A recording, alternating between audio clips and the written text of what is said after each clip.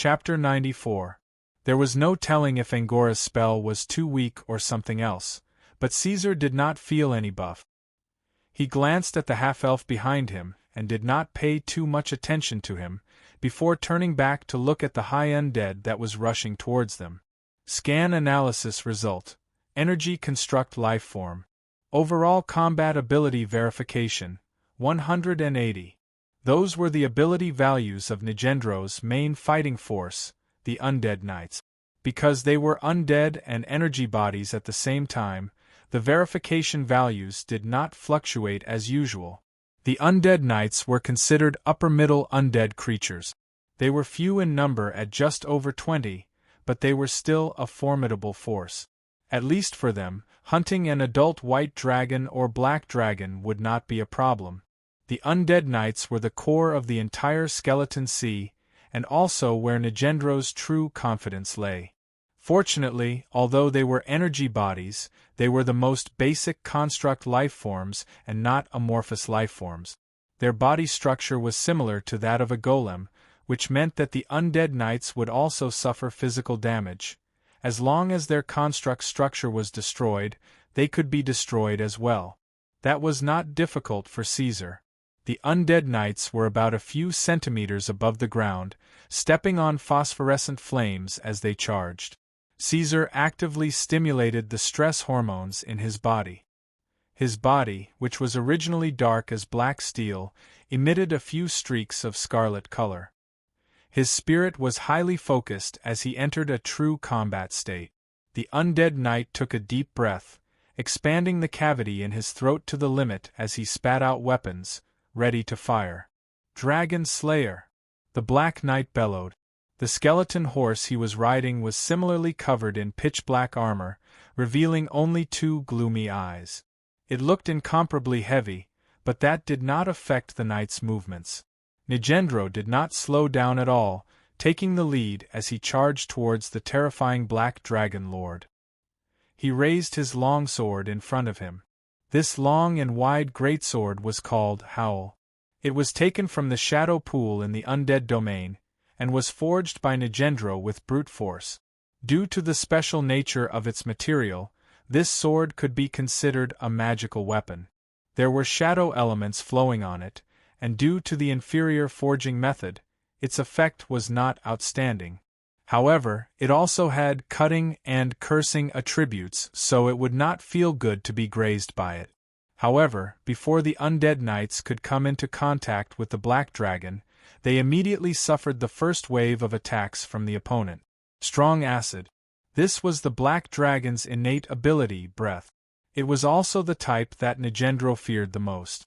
The Black Knight was even more afraid of acid than the raging torrent of flames. This was because no matter if it was him or the Undead Knights under his command, they were all very afraid of their armor being corroded by the acid.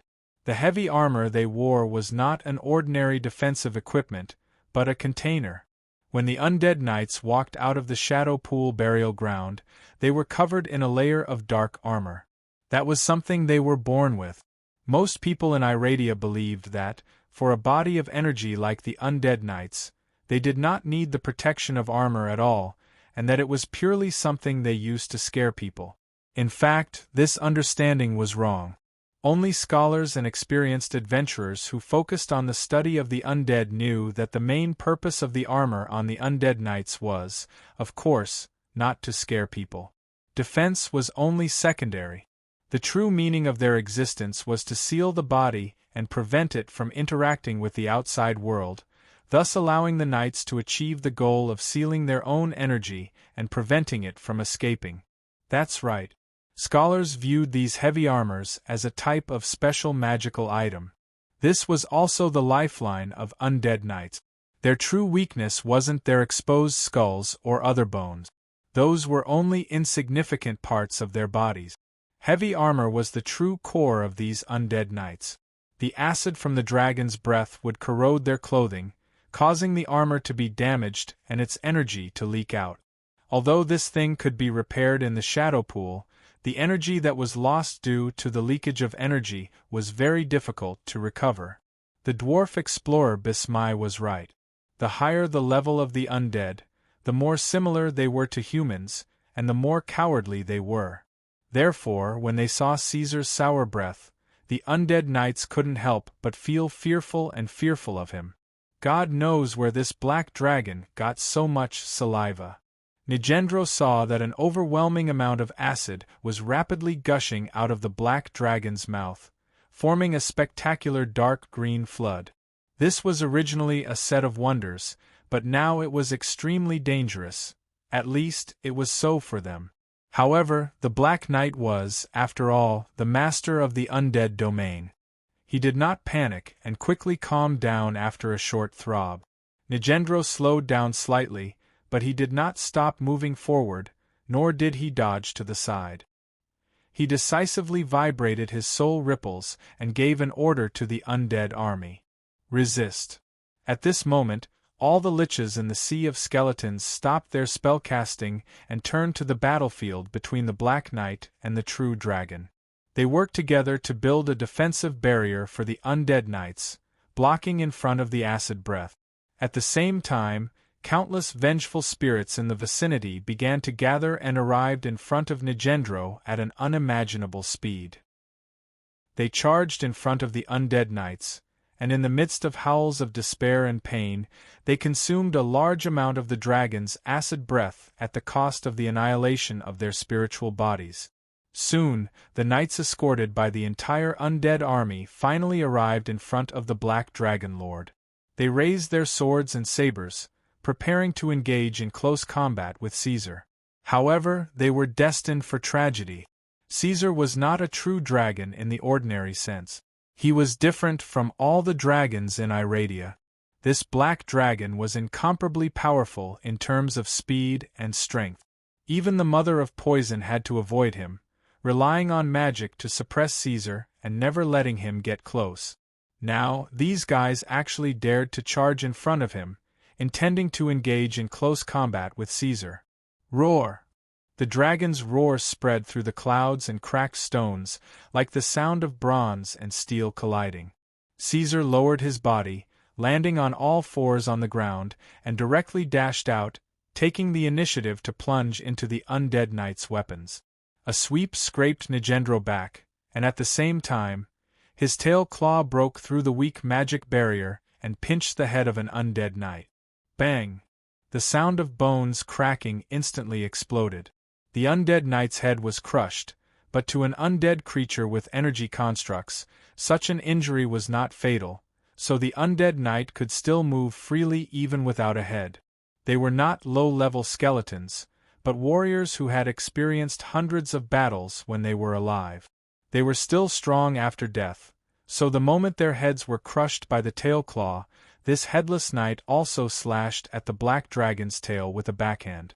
Sparks flew from the friction, and metal fragments and black scales splashed out at the same time. "TSK, that hurts," Caesar thought, and his tail circled the undead knight, then stretched out his right claw to hold its body, stared at its body that was emitting faint blue flames, and clawed hard. A terrifying power burst forth from Caesar's claws, and the powerful pressure caused the armor on the undead knight to be pressed into a solid iron ball that was full of wrinkles. The energy body was squeezed out of the body like toothpaste being squeezed out of the body, and it walked towards destruction, returning to the embrace of Mother Earth. Punish the evil and eliminate the evil. At this time, Angora moved closer to Caesar again and provided a supportive buff spell to strengthen the Black Dragon Lord's damage against the undead creatures. God knows how this guy knew how to use spells to deal with evil creatures. If it weren't for Luna's confirmation and the Battle Lizardman's confirmation, Caesar might have really thought that he was a genuine half-elf. In order to confirm Angora's identity, Caesar specially summoned the Battle Lizardmen who had bought the torches at the time to ask, but their answers were also slightly vague. The Calamity Dragon's disguise was flawless, and the Battle Lizardmen couldn't say anything. They said that it was because they were afraid of the powerful elves. However, Caesar thought that it was more like the natural suppression of the true dragon's bloodline, and there was no reason for the Battle Lizardmen to be afraid of the elves when he was present. Damn it, Angora, you actually betrayed me! After discovering this detail, Nagendro roared a few times in anger. With his wisdom, of course, he couldn't guess what the Calamity Dragon was thinking, but there was no doubt that his former ally had cast a buff spell on the Black Dragon Lord. He saw with his own eyes that the Black Knight was extremely angry. Chapter 95. The Black Knight flew into a rage and fought with all his might. The intelligence of the undead knights under his command was equivalent to that of a human teenager. 4 dragons and other highly intelligent races, such intelligence was not high, but their battle intelligence was impeccable. Coupled with their keen instincts and innate skills, the undead knights quickly assessed the opponent's weakness based on the size of the black dragon's body. They sent out a few knights to harass the black dragon from the flanks, while trying to send someone to attack from behind the black dragon. A big head, thick neck, and strong body would bring about a more ferocious aura, but this black dragon that looked different from other true dragons also had a fatal weakness that could not be ignored, and that was that it could not directly attack the enemy behind it. At least according to common sense, this was what the undead knights judged. The Black Knight, Nagendro, began to make arrangements. He led more than 10 undead knights to face the black dragon head-on, while at the same time, he got someone to go behind it and attack from the blind spots that the black dragon could not see. There were even knights who chose to abandon their skeletal horses and jump behind the black dragon to assassinate it. They succeeded. At the end of the day, Caesar was still a living creature and not a pure war machine. In the face of a joint attack from many directions, it was inevitable that it would be careless due to its distraction. Unknowingly, an agile undead knight had already jumped on its back. Seeing this, Nagendro's heart settled. The strength of the Black Dragon Lord was beyond his imagination. Until now, he had already lost 7 undead knights and countless strengthened skeletons and gargoyles that assisted in the attack. However, the undead army still did not pose a substantial threat to the Black Dragon. As a highly intelligent undead, seeing such results, the Black Knight could not help but feel anxious and even discouraged. But now, the battle was about to reach a turning point. They had found the Black Dragon's Achilles heel, and there were undead knights riding on the Black Dragon's back. This dragon looked like this. Other than that tail, it did not have any other means to attack the enemy on its back. Nagendro concluded. The undead knight jumped onto his back and raised his sword.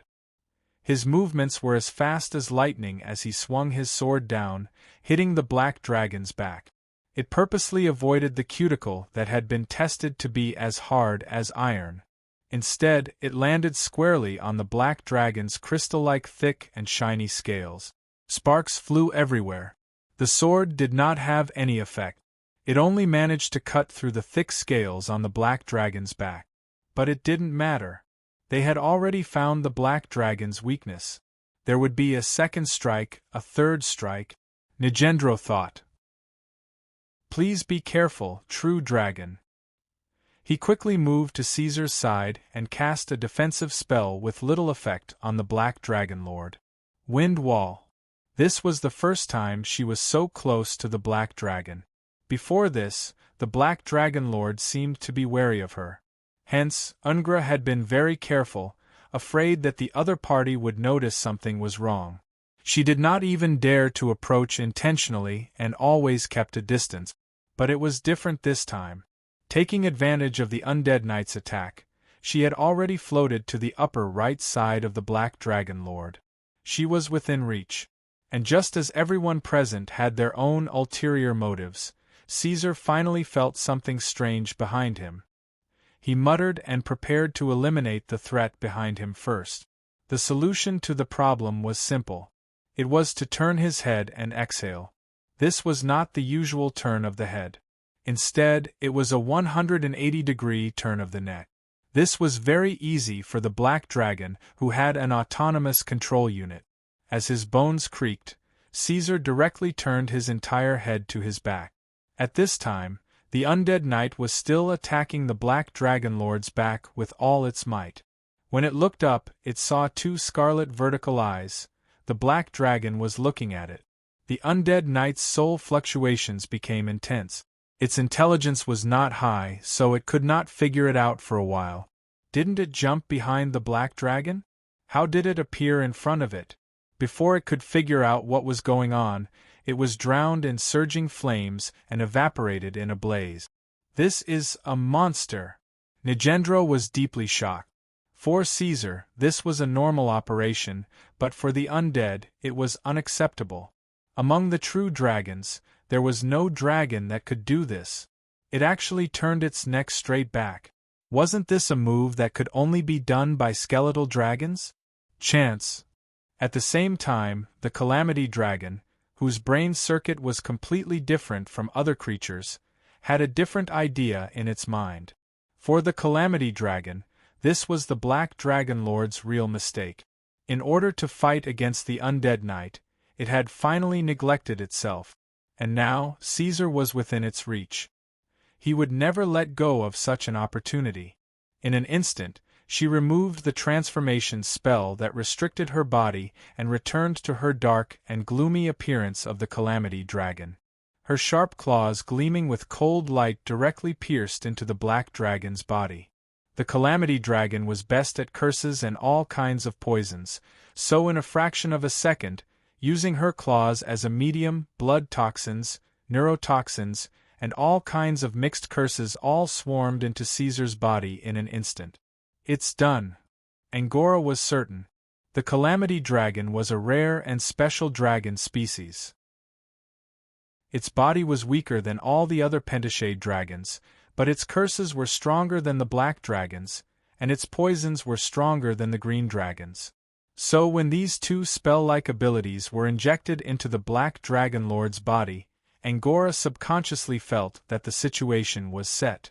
Next, he just needed to wait for the various poisons and curses to take effect, forcing the Black Dragon to sign a contract with him under the torture of the poisons, the invasion of the curses, and the threat of death. Praise be to you, great Knight Dragon Pharazal.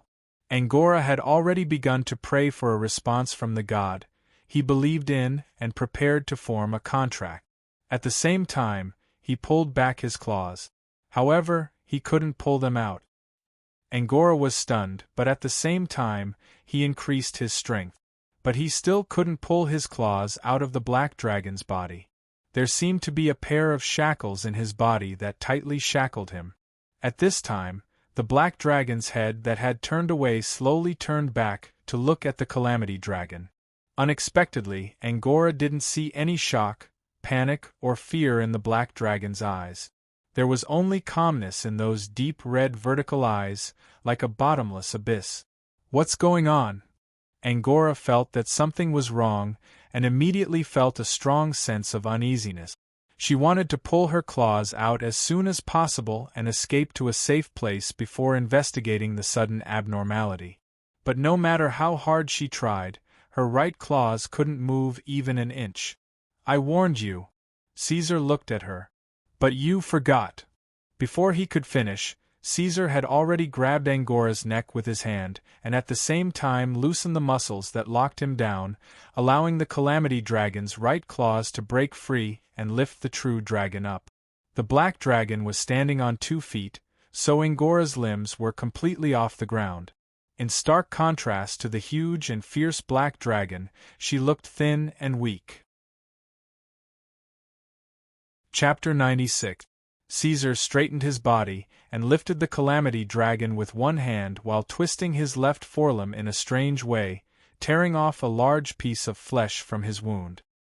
He had full control over his body, so the Calamity Dragon's mixed curse couldn't penetrate his body, and the neurotoxins and blood toxins were immediately detected by Caesar as soon as they invaded his body. A second later, he controlled all the blood vessels and organs in his body to temporarily seal off the blood flow and isolate that area. Finally, Caesar cut off the entire injured area and threw it away. If it was any other dragon, they probably wouldn't do such a thing. This wasn't just a small piece of skin. The Calamity Dragon's attack point was the black dragon's entire upper right abdomen, where countless blood vessels and organs were connected. But this was nothing to Caesar. Under the effect of stress hormones, his body was in a state of rapid regeneration, so it would only take a short while for him to fully recover. The price he had to pay was only a bit of mental and physical exhaustion. Seeing the black dragon staring at her and calmly tearing off the wound, Ungra's heart couldn't help but beat wildly, and a strong sense of uneasiness surged through her body. She was a bit panicked and kicked Caesar's body with all her might, spitting out the Calamity Dragon's acid breath from her mouth while casting several draconic spells in an attempt to break free. But it was already too late. Asterisk crack crack crack, asterisk the bones in her neck creaked as they were squeezed. Under the unparalleled strength, Angora's throat was torn apart amidst the incessant crunching sounds. It's over. The last thought flashed through the Calamity Dragon's mind before her consciousness sank into darkness. Although true dragons had extremely tenacious vitality, they were still living creatures in the end. Apart from magic, they didn't have many abilities that were beyond common sense, so when a vital part like the neck or the heart was damaged, they would still die. From the moment the Calamity Dragon revealed her true body until now, it had only been 30 seconds, and she was already dead. In fact, Ungra could only blame herself for this. If she had honestly used the advantages of being a Calamity Dragon and fought against Caesar using her magic, although she might not have been able to defeat the Black Dragon Lord, she would have at least been able to contend with Caesar for a while. In the end, she didn't know her limits and went to play close combat with Caesar. She wanted to use her poison ability to force Caesar to submit after getting close to him. However, Black Dragon didn't fall for it at all and grabbed her back. With Caesar's current strength, he could even suppress an adult red dragon, so how could a Calamity Dragon break free from his claws? Speaking of which, Angola's death was a bit unjustified, because there was no such freak as Caesar among the chromatic dragons. If every true dragon could resist the poison and curse of the Calamity Dragons, the Calamity Dragons would have gone extinct long ago. Angola had run into a guy who was beyond common sense. But no matter what, in the end, the Calamity Dragon was still dead. Caesar grabbed her neck and shook it a bit, only to find that Angra had lost all resistance. Her body swayed involuntarily with his strength, and all her limbs and tail drooped down. She was dead. After receiving confirmation, Caesar casually threw the dragon's corpse aside and put it aside for the time being. Nicandro was riding on a skeletal horse. His skeletal right arm was tightly gripping the magic longsword Howl, and the soul fire in his eye sockets was gradually weakening. The Black Dragon Lord, he had actually killed Angra. Unless the factions between true dragons were extremely hostile, and there was no blood feud between them, even if one side had a decisive advantage, they wouldn't kill the loser. This was a set of rules that had been established among the dragon species. Whether it was the green dragon from before or the current Calamity Dragon, neither of them intended to kill Caesar. They only wanted to reclaim Caesar, and were prepared to use all kinds of methods to suppress and force the Black Dragon to become their helper. As a result, Caesar felt threatened and killed the Calamity Dragon with a backhand. Caesar couldn't be blamed for this. He was just a dragon, and his dragon heritage was incomplete. His knowledge was limited, and he was considered a weakling among dragons. Moreover, he had a different mental state compared to true dragons. In short, he was mentally ill, and these dragons actually wanted to reason with a mentally ill person? This guy didn't intend to follow the rules of dragons at all. Not only did he kill Angra, but he also planned to kill the green dragon Sylvia in the future. Seeing the Black Dragon's injuries quickly healing, Nicandro felt pain all over his body. Iradia's humans often said that undead knights would bring slaughter and despair to living creatures, but he didn't bring despair to others, and instead, he felt despair first. The Black Knight's thoughts were full of twists and turns.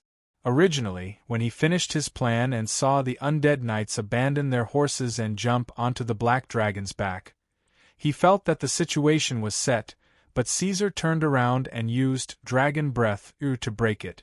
Then, when he saw Ungra give up his disguise and return to his original form to deal a fatal blow to the black dragon, he felt that the situation was set, but the Calamity Dragon's neck was broken. Now that he saw the black dragon's body rapidly regenerating, Nigendro felt that the situation was set, but it was a terrible ending for them. The undead army was defeated. Although there were endless low-level skeletons behind them that could be replenished, and the undead didn't show any signs of retreat, he still lost in the end. He and his undead knights didn't find the enemy's real weakness and couldn't cause any substantial damage to the Black Dragon Lord. If they continued to fight, these high-level undead would be wiped out by Caesar one by one. I admit that you've won. Nigendro decisively admitted defeat. The undead didn't have the concept of honor. They fought to unify the Underdark and turn the Black Dragon into a corpse dragon, but when they found that it was impossible, the Black Knight decisively chose to stop their losses and surrender. He jumped down from his skeletal horse and faced the Black Dragon. He took 3 steps forward, then knelt on one knee and placed his sword on the ground. Black Knight Nigendro, willing to serve you. The other undead knights looked at each other and didn't hesitate. They were the Black Knight's loyal followers, so they naturally chose the same path as their master. After that, they all dismounted and silently faced the Black Dragon, half kneeling behind Nigendro. Caesar looked at the Black Knight who had surrendered, as well as the remaining 20 undead knights behind him. His eyes flashed, and he paused for a moment before saying, "Make the undead stop. Stop attacking and give up resistance." Nigendro immediately reacted and gave the order. It was impossible to rely on roaring to convey such a large-scale command on the battlefield. For those low-level subordinates, the high undead had their own unique way of manipulating them. They vibrated their soulfire and emitted different ripples to convey some simple orders. Like a ripple, most of the unintelligent skeletons didn't have any intelligence and subconsciously obeyed the will of the high-level undead, immediately stopping their actions. Some of the intelligent undead also hesitated for a few seconds before retreating a distance and stopping their attacks. At this point, the curtains fell on the war between the North and the South. Chapter 97. First of all, I would like to thank the editor for his love and the support of the readers. This is truly sincere. By this time, Caesar had finally grown up after going through so many hardships. The day of the Black Dragon's release had also arrived. Actually, I wanted to release it a little later and wait until I finished writing the first volume before releasing it. However, I received a notification from the editor very early on. Because of this, my recent plot was a little rushed. In my opinion, I didn't write enough details about the Underdark. But no matter what, it was a happy thing to be able to release it. This was my second book, and it was also a story that I truly wanted to write with all my heart. When I opened the book, I thought about it for a long time and decided to write it this way. I would use a slow pace and fill in the details. A single villain would take up many chapters. I didn't know if this story would be liked by everyone or if the readers would be willing to pay for it. Yep, there would definitely be many updates after it was released. There would also be a small explosion tomorrow, so please subscribe. I'm only asking for subscriptions. I don't even need to think about monthly tickets. For an author like me who's struggling to make ends meet, those things are useless. As for rewards, there will definitely be more rewards. Just tell me, what if there's a reward? Alright, that's about it. Let's meet again. I hope that there will still be a familiar face tomorrow. The following is a spoiler regarding this book. Using my definition, this book shouldn't be a pure struggle for hegemony in another world. Instead, it should be an assortment of short stories about what might happen after a person transmigrates into a dragon. Caesar's personality had already been set. He wouldn't change for the better or for the worse. It was even more impossible for him to become a pure beast. Also, regarding the discussion about magic in the comments section, my reply was, I only said that Caesar was useless at magic. I didn't say that he was a pure muscle dragon, nor did I say that Dark Dream's rewards were only technology-based. Small smile. Chapter 98. The domain of the undead was not large. In fact, the entire area of the Underdark was pitifully small. If it was placed in Iradia, it would only be about the distance between the Mustel Canyon and the Green Forest. And at the edge of the domain of the undead, there were spatial barriers in the shape of bubbles, within which there were illusory reflections that blocked everything. After entering this land of death, even the already dim light seemed to become even gloomier. Moreover, due to the rich concentration of shadow elements, the temperature of this place was frighteningly low. The dry and cold air was enough to make ordinary creatures feel pain in their respiratory tract. "My lord, please come this way." The horse's hooves trampled on the black and hard frozen ground. The original ruler of this place, the Black Knight Nigendro, was now leading the way for the Black Dragon. They were about to go to the birthplace of the High Undead, the Pool of Shadows. The little fairy Luna, who had been sticking to Caesar all this time, did not come along this time. In the little fellow's own words, these skeletons looked too scary. She was afraid that she would be frightened by the ghosts and vengeful spirits that suddenly appeared in the domain of the undead. So she simply stayed in her own nest and waited for the Black Dragon to return. Caesar had nothing to worry about. The war was over and the north was completely stable. His nest was guarded by gnolls and battle lizardmen. Nero and his canine demon clan would also take care of it. The little fellow's safety was basically not a problem. Crossing a small black pool, Caesar stopped Nigendro and asked, "How much longer do we need?" "Well," the Black Knight glanced at the orcs who were following behind the Black Dragon. They were always vigilant and looking around, and he was a little embarrassed. "With our current speed, I'm afraid it will take some time, my lord." The orcs did not have a good impression of the undead. And after the war, even with Caesar's comfort, the warriors of the Stone Crow clan were still worried. They were vigilant all the way, ready to deal with a sudden attack at any time. They were worried that Nigendro would bite them back when they reached his territory. Of course, there was no need to worry about this, but it was also good to be vigilant. Caesar let them be. Whether they were true dragons or undead, time was not a problem for them. The purpose of the Stone Crow clan going to the domain of the undead was not to accompany and protect Caesar. Now that the Black Dragon had grown up, it was more appropriate to protect them. The orcs were mainly responsible. Caesar wanted to turn her into a corpse dragon. Their blood. Their flesh. Dragon meat. The most popular delicacy in Iradia. Countless human nobles and higher races. Therefore, true dragon meat was priceless in Iradia. It was hard to get even with money. If Caesar was really in a miserable state, he could still sell his meat for a living. Anyway, his body recovered very quickly. It was not a problem for him to produce 10 pounds of meat a day. He had even found a way out for himself.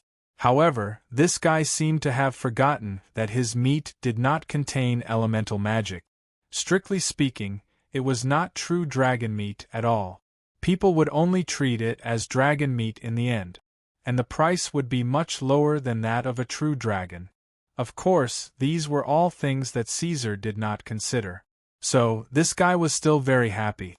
He even began to think of a specific plan to use his meat to make a lot of money. Returning to the main topic, Caesar thought about the follow-up of the Calamity Dragons for a while. Soon, he decided to transform them into skeletal dragons. After all, there was no race that knew how to make magic items. Even if there were, without other expensive materials they would not be able to create any rare treasures. It was better to transform them into their own help. The more abundant the shadow element is in the burial ground, the more powerful the undead will be born. In the process of transforming a skeletal dragon, more of the dragon's power will be retained. This was the principle that the senior undead Nigendro told Caesar. So, they did not consider the first two pools of shadow at all. Instead, they went straight to the deepest part of the undead domain. They went to the original birthplace of the undead creatures in the Underdark, intending to carry out the transformation ritual there. Crack. God knows where so many skeletons came from in this area where there were no living creatures. Along the way, there were skeletons of various shapes everywhere. Because they did not choose to walk on the path, there was a continuous cracking sound under the black dragon's feet. But what was interesting was that the skeleton that Caesar stepped on this time turned out to be alive. After discovering that half of its body had been crushed, the scattered skeletons under Caesar's feet seemed to have realized something. They quickly got up and assembled the strangely shaped body. They placed the skull on the elbow joint, clawed the ground, and quickly escaped from the black dragon's sight. They jumped into the river and fell apart again. This is the lowest level of skeleton, my lord, Nigendro explained to Caesar. He stared at the skeleton the whole time, but he did not extinguish the small bones that were in his way. They were just born not long ago. They can't even communicate with each other. It could be seen that even among the undead, there was a self-consistent ecosystem. Caesar just felt that it was interesting and did not take the small episode along the way to heart. After another hour of walking, they came to the Pool of Shadows, the largest area in the entire Underdark. It was a large area that had obviously been renovated by the undead. There were buildings left behind. They had used bones to build a wall that resembled the Colosseum in ancient Rome. It was even taller than Caesar when he was standing on all fours. It was also extremely thick and majestic. It was a magnificent sight. The mottled bones left traces of the erosion of time and magic power. However, this was only the outer protective and symbolic building. The real core of the burial ground was the Pool of Shadows surrounded by bones. The Pool of Shadows was extremely rich in this place. It had even liquefied into a pool of dark blue water. It flowed and surged in the Pool of Shadows. There were scattered white bones floating in the Pool of Shadows. Countless bubbles emerged from the pool. The temperature in this place was shockingly low. There was even frost and snow, but the pool was still bubbling. It was a wonder. Have you really decided to do this, my lord? My lord, Nargendra couldn't help but ask once more as he was about to carry out his mission. Is there a problem? Caesar looked at him with slight surprise. The Black Knight was stunned.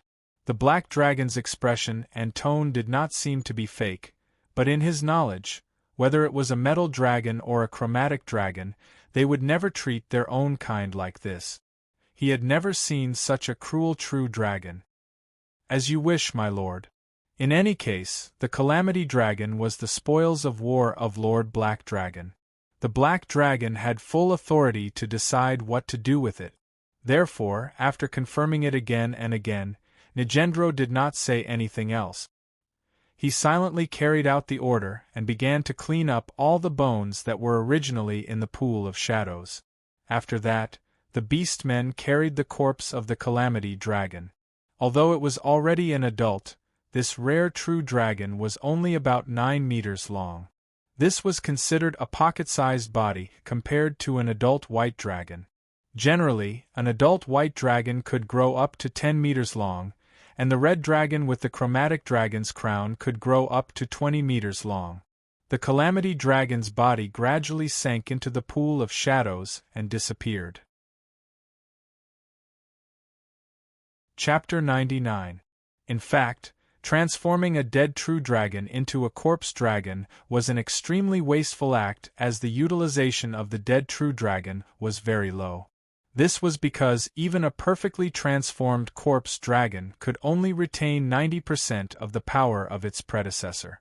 Don't misunderstand, this power was purely physical. Although corpse dragons were born with some knowledge of necromancy, they would lose all the memories of their predecessor. This also meant that the skeletal dragon would completely forget about the true dragon's most renowned dragon language magic. Their previously awakened spell-like talents would also disappear along with the destruction of their flesh and blood. Although the corpse dragon's intellect was not much lower than that of a true dragon and had high growth potential, it required a considerable amount of effort and time from the instructor. At the same time, the loss of dragon language magic and spell-like abilities could not be made up for, especially for dragons like the green dragon and the black dragon who mainly relied on magic. Of course, the dragon of calamity was also in this category. This price was actually quite high. For the undead, the most brilliant way to manipulate a dead true dragon was not to transform it into a corpse dragon, but to become a necromancer. That was the truly powerful method. Not only would it retain all the wisdom and magical attainments of the predecessor, but due to the special characteristics of the descendants of the undead, some dragons could even be strengthened to a certain extent. However, this was a method that only terrifying liches could use, and the cost of the various secret materials was also very high. It was not something that a young black dragon could afford. In order to save costs and reuse the waste as soon as possible, Caesar could only use this method to transform Ungra the Dragon of Calamity into a skeleton, a corpse dragon. This will take about 100 alternating times between light and dark, my lord. After finishing all the matters to be dealt with, Nigendro returned to Caesar's side, bowed and said, "If the transformation is successful, you will obtain a corpse dragon's kin. Of course, although the probability is small, I can't guarantee that there won't be any accident. The transformation of the corpse dragon may also fail." Nigendro reminded him. This thing must be mentioned in advance to avoid any problems, and he would have to bear the wrath of the Black Dragon Lord. The Black Knight did not want to take the blame. "I understand." Caesar nodded. "Your next task is to take stock of your soldiers and all the clans that rely on the undead in the south. Investigate them one by one. 3 days later, I want a result." Black Dragon set off immediately after he finished speaking, bringing the orcs back to the north. Although the undead domain would not affect him much, the cold air and dim light still made him feel uncomfortable. "Cool, Caesar. A true dragon never sympathizes with others." Luna chatted with him excitedly, jumping up and down in high spirits. At the same time, she waved her little fists and made a few punching gestures. She was so happy that she could not stop. They were currently talking about the Calamity Dragon's death. In some ways, the Calamity Dragon was actually a very powerful true dragon. If it could join the Black Dragon army, it would be a great addition to Caesar's forces, but now it could only transform into a corpse dragon. To be honest, after his anger calmed down and his mood stabilized, Caesar felt a little regretful. However, Luna looked very happy. He did not know what benefits the Calamity Dragon's death had for her, but the little girl's mood had been very high recently. She was cheerful and always had a smile on her face. This made Caesar feel a sense of guilt. It must be known that forest fairies were relatively kind-hearted creatures. Not long ago, when the Black Dragon ordered the slaughter of the greedy people outside the Stone Crow clan, Luna had advised him several times. She was quite sympathetic, and could not bear to see those thieves and robbers die. But now, seeing the Calamity Dragon's death, not only was the little girl not sad, but she was full of righteous indignation.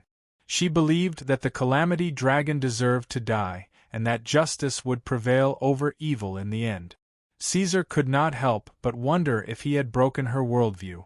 While chatting with the little girl, Caesar's eyes moved slightly and sank into the dark space. The black dream was as dark as ever. It was not until he reached the giant display cabinet that he could see light again. When he reached this position, he paused for a moment. In front of the display cabinet, there were 2 trophies about 5 meters tall. One was bronze and the other was black jade. Of course, a height of 5 meters was nothing to Caesar. Even if the black dragon was on all fours, it would only be parallel to him, so the appearance of the large trophies did not affect Caesar's mood. In fact, he had already guessed that there might be trophies in the Black Dream, so he took the initiative to enter the dark space. Surprises should always be tasted last, so Caesar did not go straight to the black jade reward. Instead, he first went to the bronze trophy, lowered his head, and calmly stared at the words on the base of the trophy. Dragon Slayer. You killed your own kind with your own hands. Killing a true dragon doesn't seem that difficult. Reward. Spitting weapon enhancement. As expected, for those things that are completed for the first time and are slightly difficult, most of the time there will be achievement. Caesar pondered. He was no longer a newbie who did not know anything. After such a long time of familiarization and exploration, he knew that although there were many types of rewards given by the Black Dream, and the completion requirements were vague, they were not completely untraceable. After repeated summaries, Caesar also knew a thing or two. At this time, in the spitting organ at the lower edge of his throat, a new sac was formed. It was also connected to the lower edge of his mouth through the special conduit. Due to the existence of the autonomous control unit, Caesar could clearly see the formation of the organ. It was a modification method that was completely different from his automatic adjustment. It was as if the creator had created something out of nothing. The new spitting sac was formed in minutes and seconds, and it began to secrete substances. However, unlike the three types of liquids stored in the sacs, Caesar could feel that the substances produced and secreted by the new sac were not liquids. Instead, they were light blue granules that were only the size of rice grains. Furthermore, within 15 minutes, they quickly filled up the sac and were close to saturation. There was no one around in the dark space, so Caesar decided to give it a try.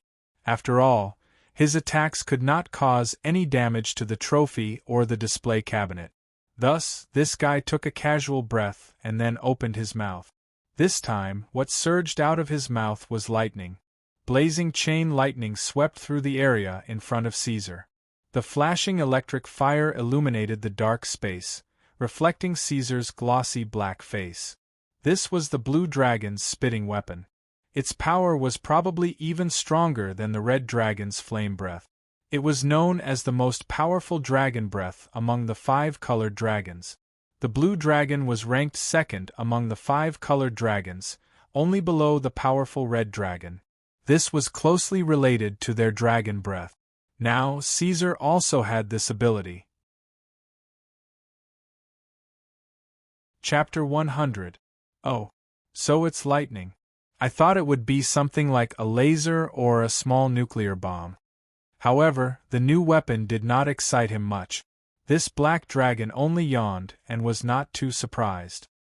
He was already used to the many unscientific rewards in the Black Dream, and this reward could only be said to be passable. Thinking about it, bronze-level achievements were mostly of the basic category, and at this level, it was not realistic to want to obtain weapons like a laser or a small nuclear bomb. The reward was lightning breath, which was expected. After 2 more attempts to familiarize himself with it, Caesar quickly understood the damage output mechanism and coverage range of the lightning breath. So, he put it aside for the time being and moved 2 steps to the right to look at another black jade trophy of a higher level. Authority, you have completed the rule of an area. The taste of power is addictive, and dragons are the same. Reward, decree, dustless land. What is this? Touching the black jade material, the trophy quickly turned into fragments and entered his body, but Caesar waited for a long time and did not find anything unusual. He thought for a while, but still did not understand what the so-called decree, dustless land, meant. Before this, whether it was the first time he came into contact with the dragon body gene enhancement medicine or the black jade grade magic resistance later, Caesar had experienced it personally. After the reward took effect, he could directly feel the changes in his body. However, this time was different from the past. Caesar's body was as flat as a pool of stagnant water with no ripples. Could it be some special ability? Magic? Superpower? Superpower? Repeatedly thinking about the name of the reward, Caesar pondered, but just thinking about it was useless, so he opened his mouth and softly said, "Dustless land." In an instant, a gentle wind rolled up, with the black dragon's fierce body as the center, like a ripple, spreading in all directions. Of course, there was no wind in the black dream, and there was no airflow. This place was very unscientific, and he did not even need to breathe in here.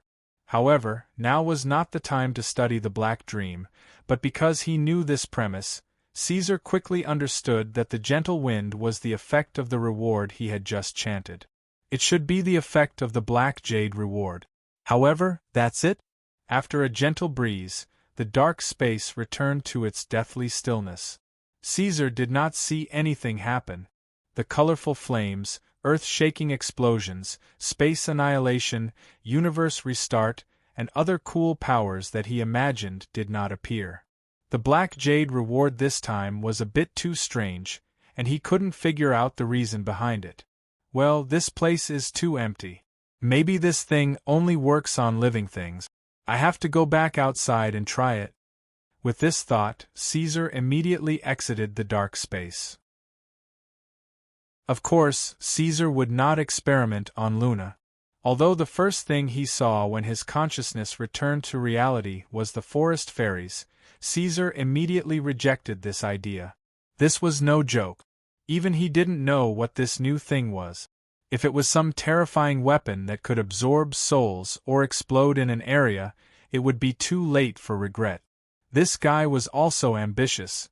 His confidence in the Black Jade trophy was boundless. At the same time, he would not do this to his loyal relatives, so this guy thought for a while and decided on his experiment goal. Gaul, please go and help me catch a Deinonychus. Remember, bring it back alive. Caesar summoned his relatives and began to order them one by one. Hog, I want you to go to your clan and pick a wolf pup that can be abandoned and bring it back here. In addition, battle lizardmen, go to Nigendro's place and find a few low undead. They must all be alive. Since he wanted to experiment, it was necessary to do a more comprehensive test. Caesar selected human-like gnolls, Deinonychus with strong vitality, and undead creatures, and brought these samples for comparison. As Caesar's core relatives so far, whether it was beastmen, gnolls, or battle lizardmen, their efficiency was absolutely reliable. So in a short while, the creatures Caesar requested were brought to him. The enhanced skeleton soldiers were brought back from the Shadow Plane. As the battlefield of the Northern War, there were still wandering skeletons left in that place that had not been cleaned up. You guys leave first. Considering the unique form of performance in the dark space, Caesar guessed that the reward this time might be a wide-range thing, so he just took the little girl Luna with him and let the other relatives all withdraw from the Black Dragon's lair. Caesar, what kind of invention are you going to make? Seeing the Black Dragon's look of readiness, Luna was a little curious. Reasonably speaking, now that the overall situation was settled, the Underdark was stabilizing and recuperating, Caesar did not need to put on such a serious face. Before this, she had seen the Black Dragon make summer grass wine, invent cards, and bake delicious food, so when she saw Caesar put on this face again, Luna naturally felt that Caesar might come up with something novel again. Shoo! Caesar gestured her to be quiet, not caring about the Deinonychus, gnolls, and undead. Instead, he carefully put the little girl in his claws to protect her. With the appearance of the fierce suppression, the Black Dragon did not need to specifically stare at them. These fellows who were forcibly captured by him did not dare to move at all. Law, spotless land. Caesar softly chanted again. In an instant, a breeze surged, with him as the center. It set off waves that spread in all directions. After that, as usual, nothing happened. The Deinonychus and gnolls appeared to be trembling in fear. However, their bodies were still fine. The soul fire in the eye sockets of the enhanced skeleton soldiers flickered, but they weren't affected in the slightest. What's going on? Caesar was shocked. He did not understand the specific effect of this thing. Could it really be just a breeze? Then this ability was really strange. It was probably worse than the lowest level of magic.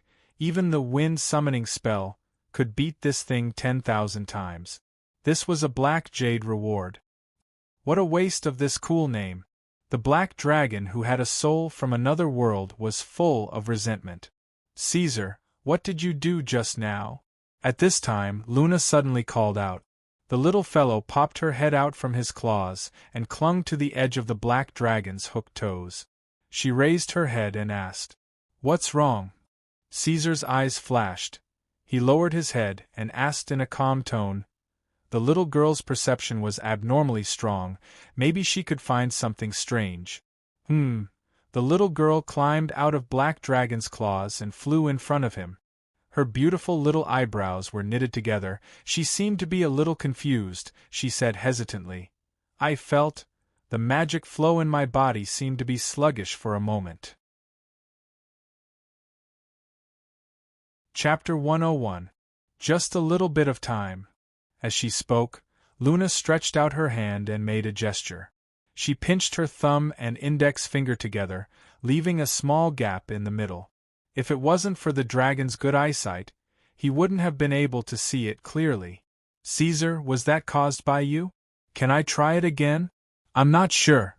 "Okay."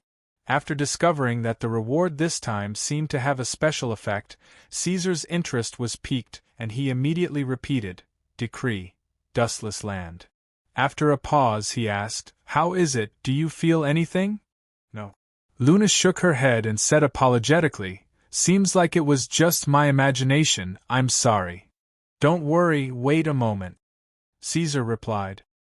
He didn't feel the breeze just now, and now that they weren't in the dark space, he guessed that this ability would be like a spitting weapon in the real world, requiring a cooldown time to recharge. Let's try again later.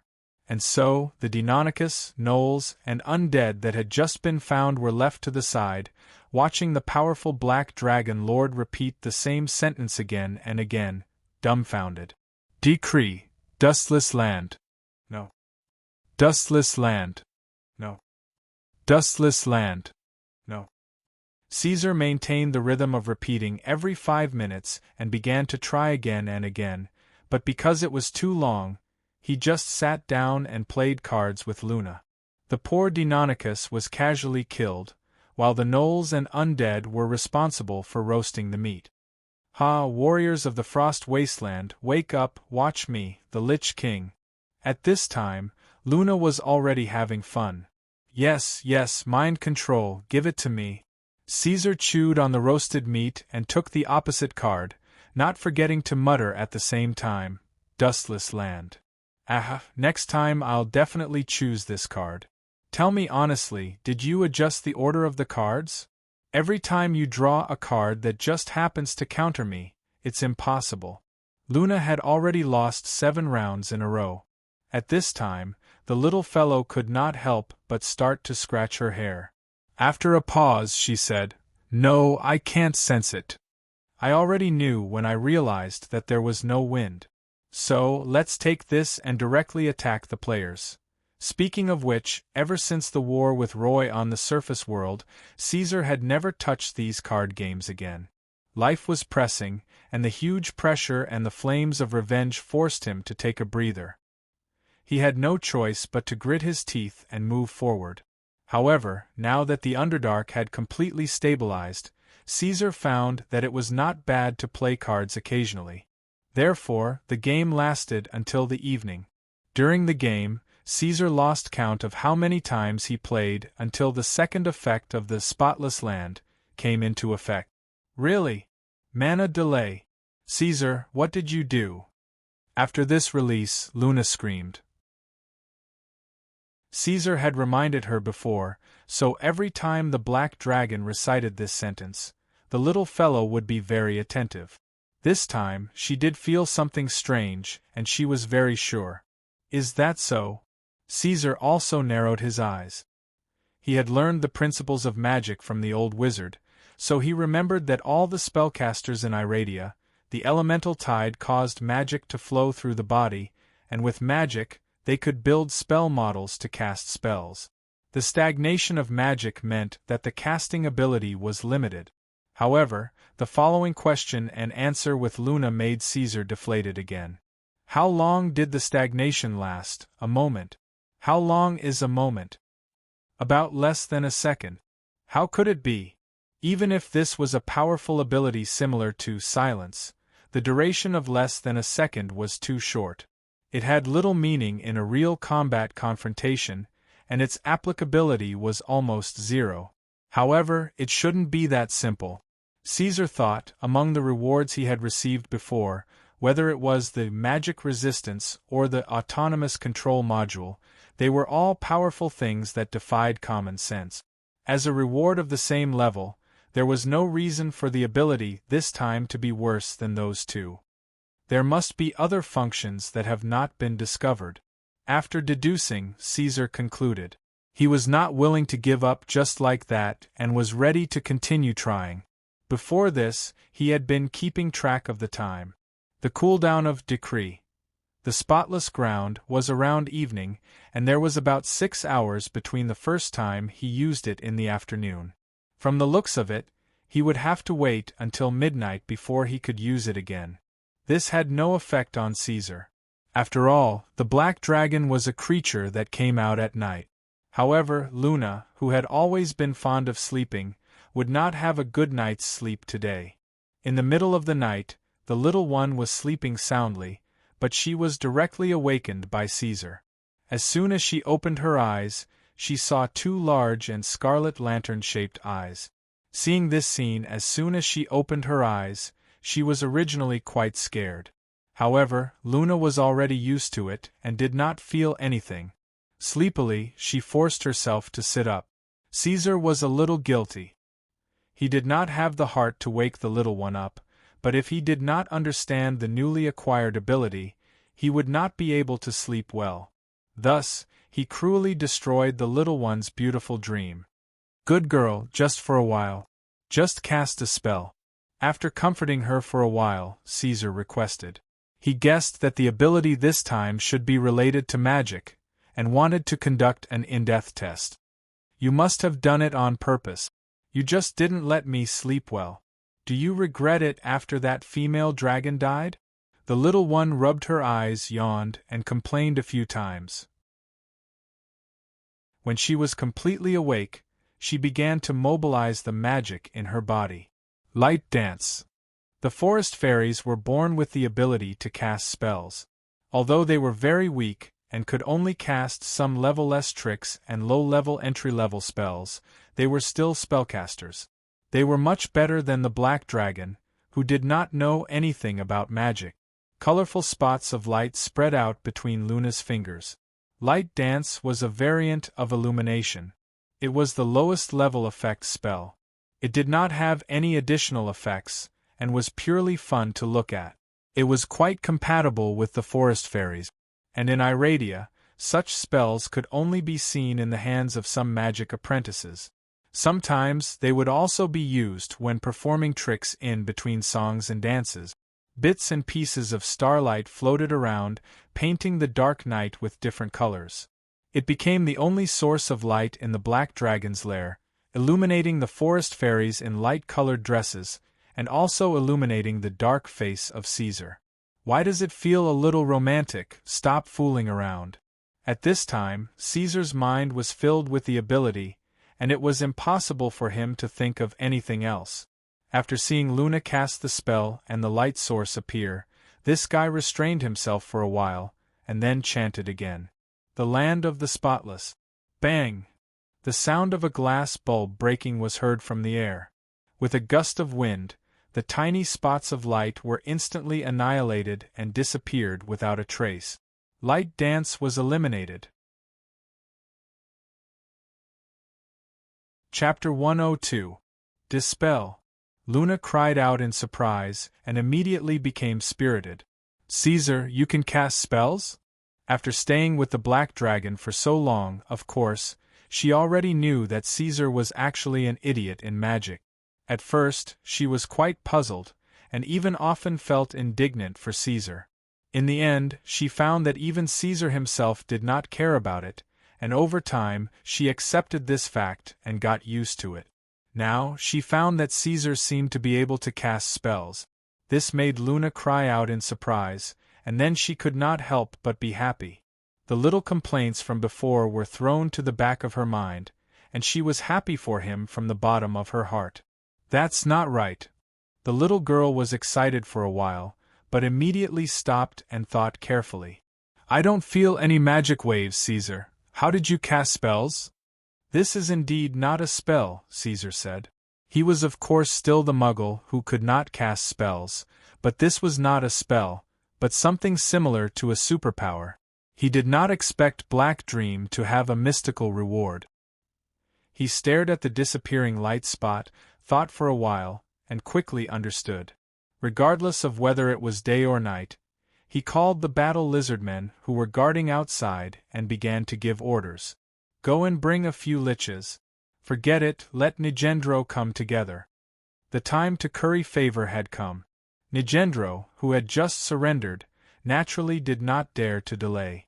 According to the Black Dragon Lord's orders, the Black Knight chose a few liches with the strongest spellcasting ability in the undead domain and rushed to the north, to the Black Dragon's lair. Under the situation of rushing at full speed, it would not take more than a few days to pass through the palm-sized Underdark. So, just as the morning of the next day, the Black Knight led his undead subordinates and arrived in front of Caesar. Now, I want all of you to cast spells and attack at will. Without any superfluous words and pleasantries, Caesar could not wait any longer and directly gave the order. Then, he looked at Nigendro and said, You too. As far as he knew, the Black Knight was the legendary all-rounder of magic and martial arts. They could also cast spells, and not only were they not weaker than liches, they were even much stronger. For example, the magic cast by Nigendro was about the level of a middle-ranked mage. Well, probably about the level of the priest Anrians. The undead did not hesitate. They were creatures that subconsciously followed orders, so as soon as the Black Dragon Lord's order, the liches directly raised their bone staffs. Although the Black Knight was slow because it had intelligence, it was still quickly prepared. Enslaving Skeleton. Terrible Howl. Dark Orb, Death Coil. The last spell came from the Black Knight. It had to be said that the liches selected by Nigendro were not bad. They were all outstanding undead liches with a certain level of skill. Including his own spells, they could pose a threat to clan leaders such as Hog and Gaul. They did not aim at the target, and their spells attacked the gaps in all directions. Dustless Land. Caesar muttered in a low voice. A breeze blew, and an invisible ripple appeared with him as the center, rippling outwards. Wherever the ripple swept, all the spells were annihilated, silently disappearing into the fine dust, never to be seen again. This scene was seen by the undead. Of course, they did not have the perceptive ability of the forest fairies and could not understand what was happening. Even Nigendro was a little confused. The Black Knight looked around, thinking that there was a hidden magical item in this place. My lord, this? Nigendro asked hesitantly. Caesar ignored him and no longer paid attention to the undead. After seeing this scene, he completely understood the effect of the new reward. In fact, he should have known earlier that the Dustless Land, when translated into common slang, was an area without dust, and this so-called dust actually referred to magic. He had the most important capital to fight against the Green Dragon. Even if there was only one chance, this command combined with his power was enough to send that old Green Dragon to hell. However, even if Caesar had enough weapons and claws, and he himself had the ability to fight the Mother of Poison, the Black Dragon did not immediately choose to return to Iradia and declare war on the Green Dragon. Back when Sylvia intercepted him, Caesar had seen countless monsters crowding and roaring behind the portal that connected heaven and earth. There were wyverns, ogres, thorny beasts, and so on. Just the Green Dragon's kin standing there alone numbered in the thousands. And the Green Dragon definitely had more forces than this. The unification of the Underdark gave Caesar an additional source of troop. The appearance of the Black Jade trophy changed the situation where he was helpless against magic, giving him the confidence to fight against the Green Dragon. But this was not enough. If he really wanted to defeat the Mother of Poison, if he really wanted to defeat the Green Dragon, Caesar's foundation was not enough. It really was not enough. The Black Dragon himself was strong enough, but he still needed to consolidate his power. This Underdark would become his base, his safe haven. He had to make this place good enough, even if there were only monsters and undead here. In fact, the monsters were harder to tame than he had imagined. They were subservient to the Black Dragon's power. The monsters might be willing to fight for the Black Dragon, but if Caesar wanted them to die, or if he wanted to change some of their natures, these guys would definitely not be able to do it. This was the biggest difference between the other clans and the Beastmen, and also the real reason why the Beastmen were Caesar's core kin. If he wanted to truly obtain the loyalty of the various clans and obtain an endless supply of resources in this Underdark, Caesar still had a long way to go.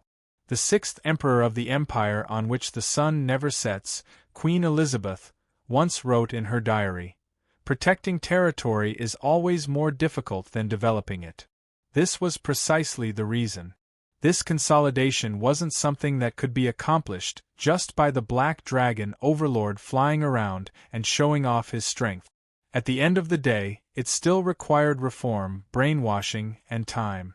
If he wanted these guys to completely get used to the Black Dragon's rule, if he wanted these guys to still not be in chaos after he left, and if he wanted to truly manage the Underdark as his own, Caesar had to formulate a set of rules for the various clans to accept, and then let it stabilize over time. 5 years would be good. Caesar thought to himself. He did not have a lot of time, but he did not have a lot of time either. He still had 8 years before he had to leave the Underdark and return to Elydia. He could still afford to wait for 5 years. In the country he was in his previous life, it also relied on rounds of 5 years to quickly climb up from a backward position and once again catch up with the strong enemies around them. This was a time full of commemoration, and Caesar was prepared to directly use it. The Black Dragon began to build the code under his rule and prepared to implement the first 5-year plan. Chapter 103. Of course, Caesar did not have the wisdom of the great people in his previous life. He had been an ordinary person before, and it was impossible for him to become an omnipotent being after becoming the Black Dragon. Fortunately, the conditions in the Underdark were not like the country he had lived in his previous life. A small change was all that was needed here. The first thing that needed to be solved was the problem of food. Before the Black Dragon Lord's rule, the clans in various places had adopted the method of hunting and eating each other to solve the problem of hunger. This had caused the population of the clans in the Underdark to be maintained at an extremely low level, limiting their development and preventing their overall combat ability from increasing. Of course, this was something that Caesar would not allow. However, due to various reasons such as the soil and climate, the Underdark could not develop farming and agriculture. Caesar did not have any dependents who were skilled in this field either. Relying on farming rice and wheat for a living was definitely not feasible here. Of course, whether Iradia had these crops was still a question. To be honest, without food on hand, he was a little panicked. However, the good thing was that there were many species in the Underdark, and it was completely possible to develop a large-scale farming industry. After some research, Caesar finally decided on 3 creatures to try farming: horse-gate lizards, steel bulls, and dark-horned sheep. These were all native beasts of the Underdark, and all of them were herbivores. Due to the special oxygen-rich environment of the Underdark, each of them grew very large. The largest adult horse-gate lizard was even larger than Caesar, at 20 meters tall. It was the largest beast he had seen so far. Furthermore, these fellows had lower intelligence compared to other beasts, and were not as ferocious as ordinary monsters. In fact, there were no monsters in the Underdark that were not ferocious. It was just that they were relatively gentler and had the possibility of being domesticated. They would not stubbornly choose to give up their freedom and rather die, and then smash their heads against axes and hammers. If not for Caesar's suppression, most of the low-intelligence beasts would have done so. After finalizing the breeding animals, the Black Dragon Lord gave orders to the various clans under his command to capture horse-gate lizards, steel bulls, and dark-horned sheep on a large scale in the Underdark. The principle of strength in numbers was fully demonstrated. Very quickly, in less than 10 days, the mission issued by the Black Dragon Lord was nearing completion. Of course, the work of breeding would be left to the Beastmen. Clans like the Demon Hounds and the Battle Lizardmen would definitely not be able to do this work. Even Caesar was worried about the gnolls. Even though Hogg was in charge of suppressing the gnolls, he did not need to think to know what the gnolls were planning to do when he saw the way their eyes lit up and drooled when they discovered the gnolls. Fortunately, the Beastmen were honest, and loyal. The war between the North and the South did not cause any losses to the Beastmen, so the Stone Crow clan had enough manpower to complete the task. The green-skinned Beastmen were not picky about farming. They accepted the dirty and tiring work without hesitation. After understanding the requirements and objectives of the mission, they followed Caesar's orders meticulously. After familiarizing themselves with the task, the Beastmen of the Stone Crow clan even found it enjoyable. In fact, there was another candidate for this job, the Wild Boar Men. After understanding this clan enough, Caesar also had enough confidence in them. Although the Wild Boar Men were stubborn and almost paranoid in some aspects, they had a lot of advantages. They were patient, careful, and reliable. They were the best choice for logistics. Caesar was not an omnipotent dragon. As a lord, he did not need to be omnipotent. He only needed to know how to use people well. As time went on, he would gradually analyze all the advantages of each clan. Then, according to the requirements of his strategy, he would assign them according to his need. Therefore, the Wild Boar Men had other tasks to do. In the Underdark, the Black Dragon had found a kind of fern plant. After eating it, it could quickly make creatures enter a berserk state, greatly increasing their combat ability. After testing it, it was found that this thing was also effective on all the intelligent clans. However, Caesar did not use it in the war between the North and the South because the side effects of this thing were too great. The weakness after using it was secondary. The problem was that this fern would not only make creatures go berserk, it would also make them lose their intelligence. They would enter a state of confusion, unable to distinguish between friend and foe. They would tear and bite anything that moved. In fact, in a situation where there were no living creatures around, the wild beasts that ate the fern would even bite themselves. Caesar had personally witnessed a case where a wild beast ate a large amount of the fern and bit him to death. This thing was good, but in the current situation, of course, it could not be used. However, according to the vision of the Black Dragon in the other world, this thing should have great development value. By adjusting the dosage and adding other plants to neutralize the medicinal properties, it might be able to suppress its side effects to a certain extent. In order to prepare for the war with the Green Capital, Caesar was willing to do anything. This thing must be made. This matter was left to the Wild Boar people. Pavel, the leader of the Wild Boar people, had a high IQ that exceeded Caesar's expectations. It was not inferior to Hogg and the Manticore, so the Black Dragon had great expectations for it. After pointing out the direction of the Operation Experiment, he completely handed it over to this guy. Speaking of Hogg, the Gnoll leader had been living a rather difficult life recently. He was so busy that his feet did not touch the ground, evolving from a gnoll to a flying werewolf. As the chief steward under the Black Dragon Lord, Hogg was now mainly responsible for promoting reform and education in the Underdark. He had a lot of power, but there were also many things to do. The so-called reform was actually the method used to deal with the Grey Horse clan. The Black Dragon asked Hogg to copy it and change the current pyramid structure of the clans. The original survival philosophy of the strong ruling the weak was completely overturned, and the smart and obedient people were allowed to take the leadership position and rule over the ignorant and rebellious clans. For this, Caesar also specially formulated a set of rules, dividing each clan into a special class. After a series of tests, those who were extremely loyal to the Black Dragon would receive extremely good treatment. However, the reform policy was met with fierce resistance from the clans. The law of the jungle was not only the law of the jungle, but also the nature of these monsters. Even the Black Dragon could not easily change it. Monsters were monsters, even if they had intelligence, they were still monsters. Therefore, Hogg encountered unimaginable resistance.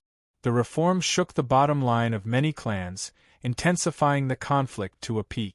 Many clans even had bloody conflicts with the gnolls. However, this was the red line, the foundation of the Black Dragon's rule, so there was no room for discussion. Caesar did not allow any resistance or disobedience, and all resistance would be suppressed. Now it was no longer the situation of the North and South opposing each other. Caesar had completed the unification of the Underdark, so he had no scruples and carried out the reform boldly. The monsters of the clans found that the Black Dragon Lord, who had always been easy to talk to, had finally bared his fangs. He used tough measures, led by the gnolls, assisted by the battle lizardmen and the demon hounds, and started a high-pressure policy. The clan reform had to be carried out. The clans that fiercely opposed were all purged. At the same time, all the clans, after the newborns in the clan left childhood, had to be raised by the Dark Mantle Manticores. Caesar had selected highly intelligent manticores to educate, brainwash them. Chapter 104.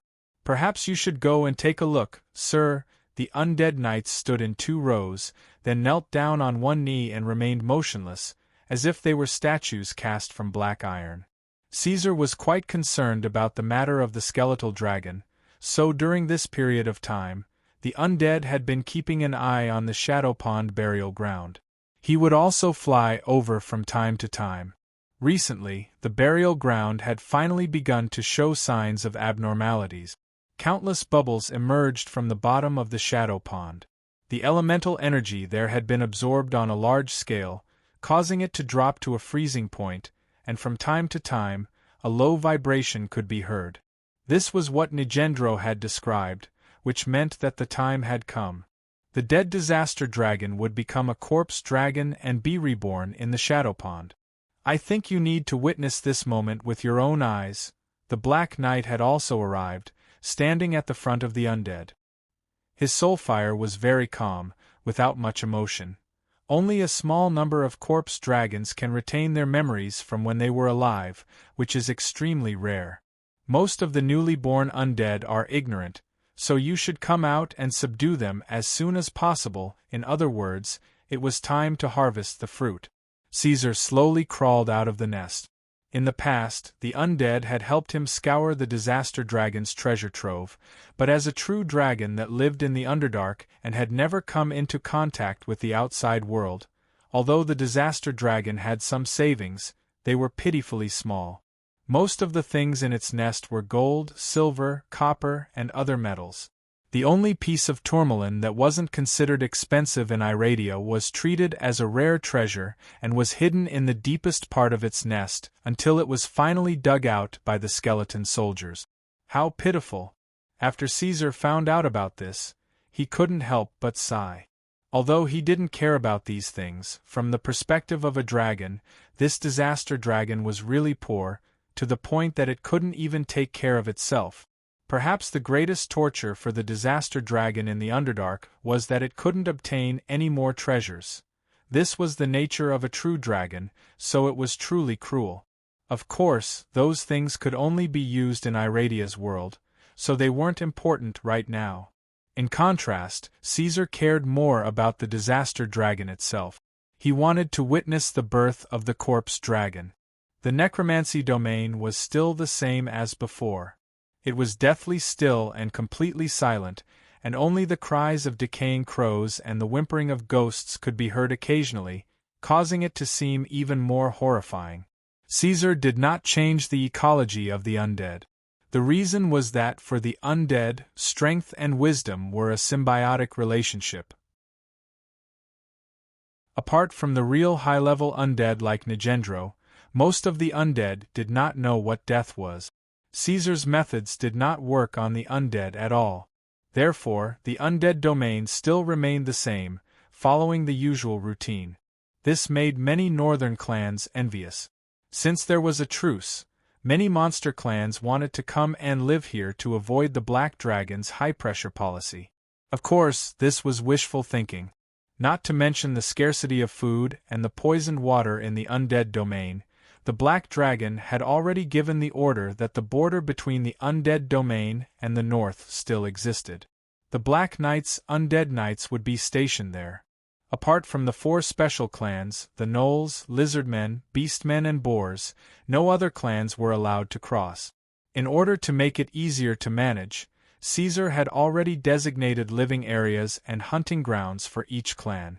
Now that things had just improved and were gradually getting on the right track, they would not be allowed to be trampled on and destroyed. The oval-shaped building in the deepest part of the Shadow Pool was located next to the Blackwater Valley, between the Black Knight's Bone Hall and the graveyard. The Black Dragon spread his wings and flew in the air, while the Undead Knights followed behind him.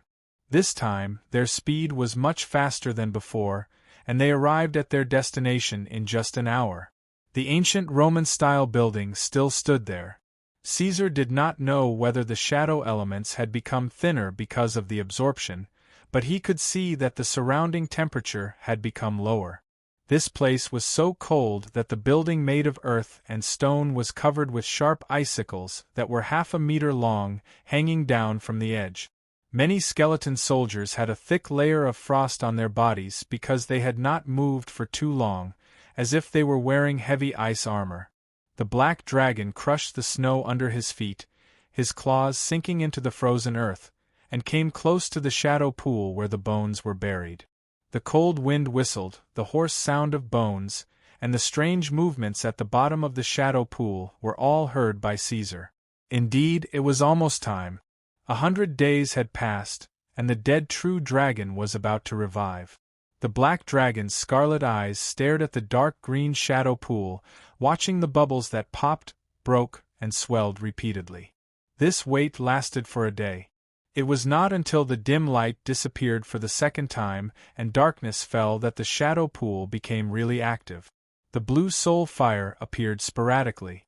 At first, it was just a small trace, but then it spread rapidly from the bottom of the pool along with the rain. Then, the whole shadow pool was ignited in flames. The ground began to tremble, and the layers of snow were completely overturned. The ice on the walls surrounding the building fell one by one, shattering when they hit the ground. The cold wind rose and died out and finally became silent. "It's about to wake up." Nigendro stood behind the Black Dragon and whispered. The first thing that appeared was a huge bone claw with dark green pus flowing on it. It climbed directly to the edge of the shadow pool, and with a low whimper, 2 bare wings appeared. The corpse dragon's body was not completely black, but was dark grayish-brown. In the end, the corpse dragon's small eyes were filled with the blue fire of soul. It had finally crawled out of the shadow pool. There was not a single scale or flesh on its body, only bare and sharp bones. The corpse dragon looked left and right, then spread its bone-covered dark brown wings, blue flames gushing out of its mouth. A creature born after death to kill, the flames of vengeance burn everything. This was no longer a disaster dragon. The corpse dragon's voice was completely different, deep and overlapping, like the common language of different creatures. "My name," saying that, it paused. The corpse dragon was not an undead dragon, so it could not retain its memories and abilities from when it was alive, so it had forgotten its own name. Angrimo.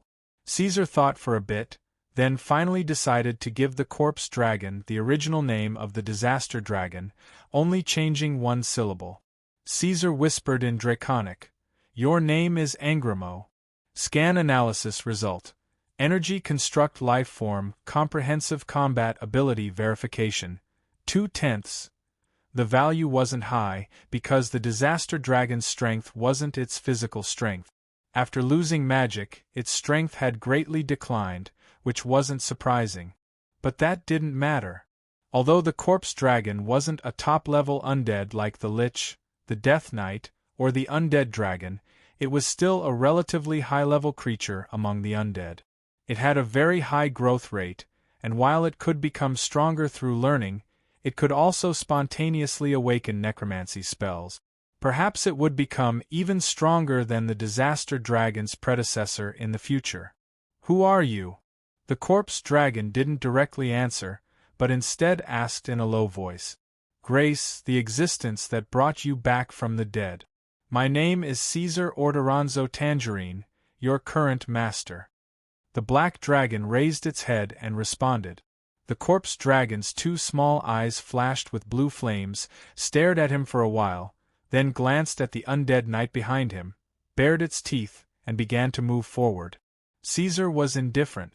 The newborn corpse dragon wasn't even a match for Nigendro, so it didn't even pose a threat to him. The corpse dragon approached, circled around the black dragon, and scanned Caesar from head to toe.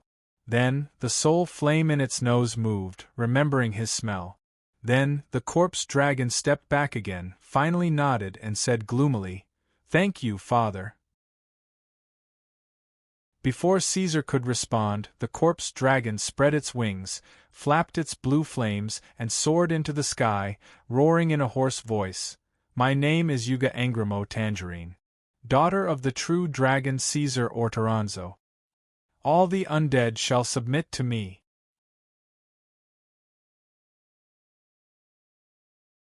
Chapter 105. The undead knights looked at each other. The newborn skeletal dragon was not strong, but it was quite ambitious. Nothing had happened yet, but it had already started to act pretentious in the name of the Black Dragon Lord. It added the surname of Tangerine to itself, and called itself the daughter of the Black Dragon Lord. At that time, Caesar had clearly said, "Your current master." Logically speaking, the skeletal dragon's identity should be a servant at this time, and its status should be equal to theirs. As expected of a dragon, so thick-skinned, Nigendro thought as he looked at the skeletal dragon soaring in the sky. Although his whole body was covered in black armor and he could not show it, the Black Knight was quite embarrassed. He had ruled over the undead realm for hundreds of years, and even the calamity dragons could not shake his position. Even the Black Dragon Lord could not seize his power. As a result, as soon as the skeletal dragon was born, it directly gave itself the identity of the Black Dragon Lord's daughter and went crazy. It then jumped into the sky and roared, "All the undead shall submit to me." This was not taking Nigendro seriously at all. However, the Black Dragon Lord was right beside him, and no matter how uncomfortable the Black Knight felt, he could only hold it in. He could not do anything out of line, and could not even turn around to leave. He could only endure awkwardly and stubbornly.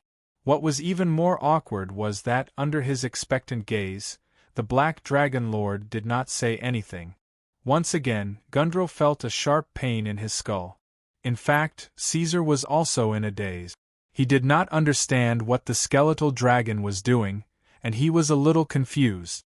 According to the physiology of dragons, he was only an 11-year-old dragon whelp, and he did not even have a sexual life. How did a daughter suddenly appear out of nowhere? Becoming a father in an instant, it was a little hard to accept. However, Caesar also knew that there were many species in Iradia, and many of the concepts here were different from his previous life. In the mouths of some devout believers, father was a word used to express respect, and did not refer to direct blood relations. That was probably what Angramo meant. However, it was unavoidable that the skeletal dragon had used Tangerine in its surname. Therefore, it was not as simple as a pious name. Who knew what a newborn skeletal dragon was thinking? It was a little too jumpy. Considering that a newborn skeletal dragon was equivalent to a human child, Caesar gave it some thought and did not pursue the matter of naming it. He was not a pure true dragon, so he did not have the obsession of a true dragon to regard a name as an honor or even life. No one would really think that an undead creature like the skeletal dragon could be born by a black dragon, right? Nigendro. After staring at the skeletal dragon Angrimo for a while, Caesar turned his head and turned his attention to the Black Knight. He originally wanted to arrange matters regarding the skeletal dragon, but when he saw the awkward look on the Black Knight's face, he could not help but pause. As a lord, Caesar's EQ was not bad, at least above average. Therefore, he only paused for a moment before he quickly understood that Nigendro was distressed by the skeletal dragon's declaration. The power change among the undead was very simple. Whoever was stronger was right. The low-level undead obeyed the higher-ups unconditionally.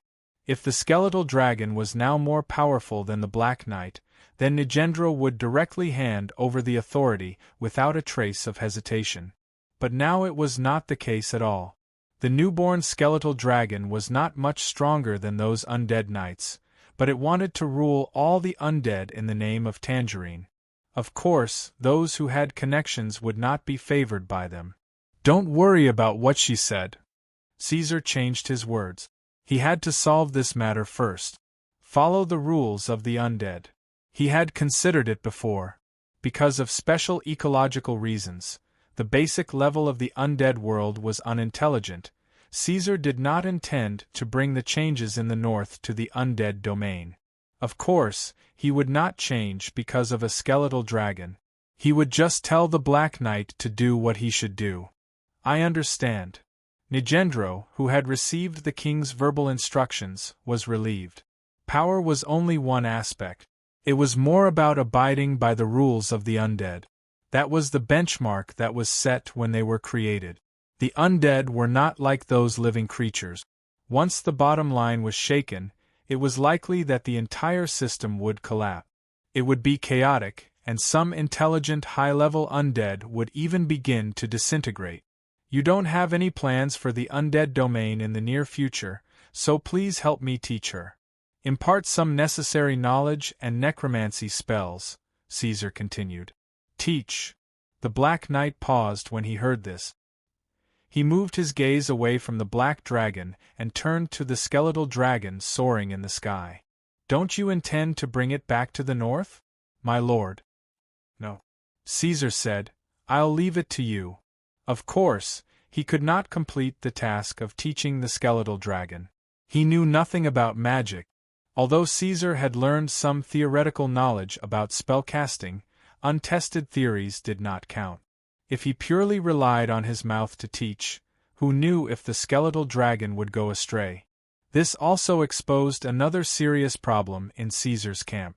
Since the old wizard of the Stone Crow clan, Save, had fallen into eternal slumber, he no longer had any powerful spellcasters at his disposal. There was a shortage of talent. The so-called powerful ones were not qualified by the Lich or even the Black Knight. They had to be at least at the level of an archmage.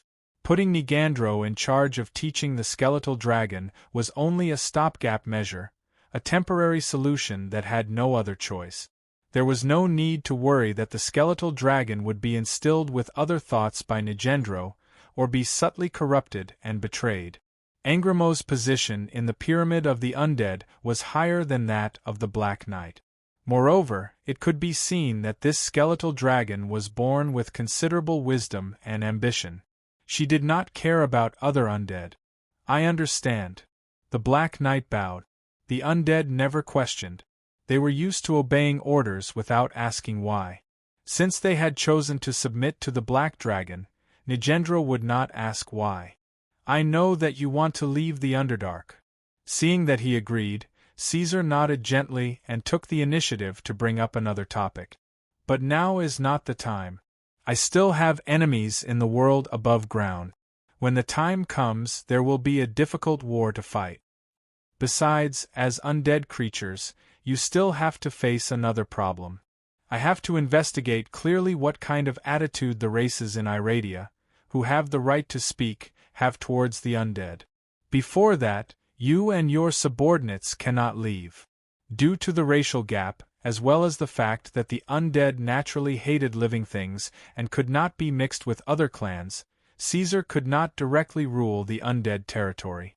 He had to maintain order and order the lower levels through the high undead.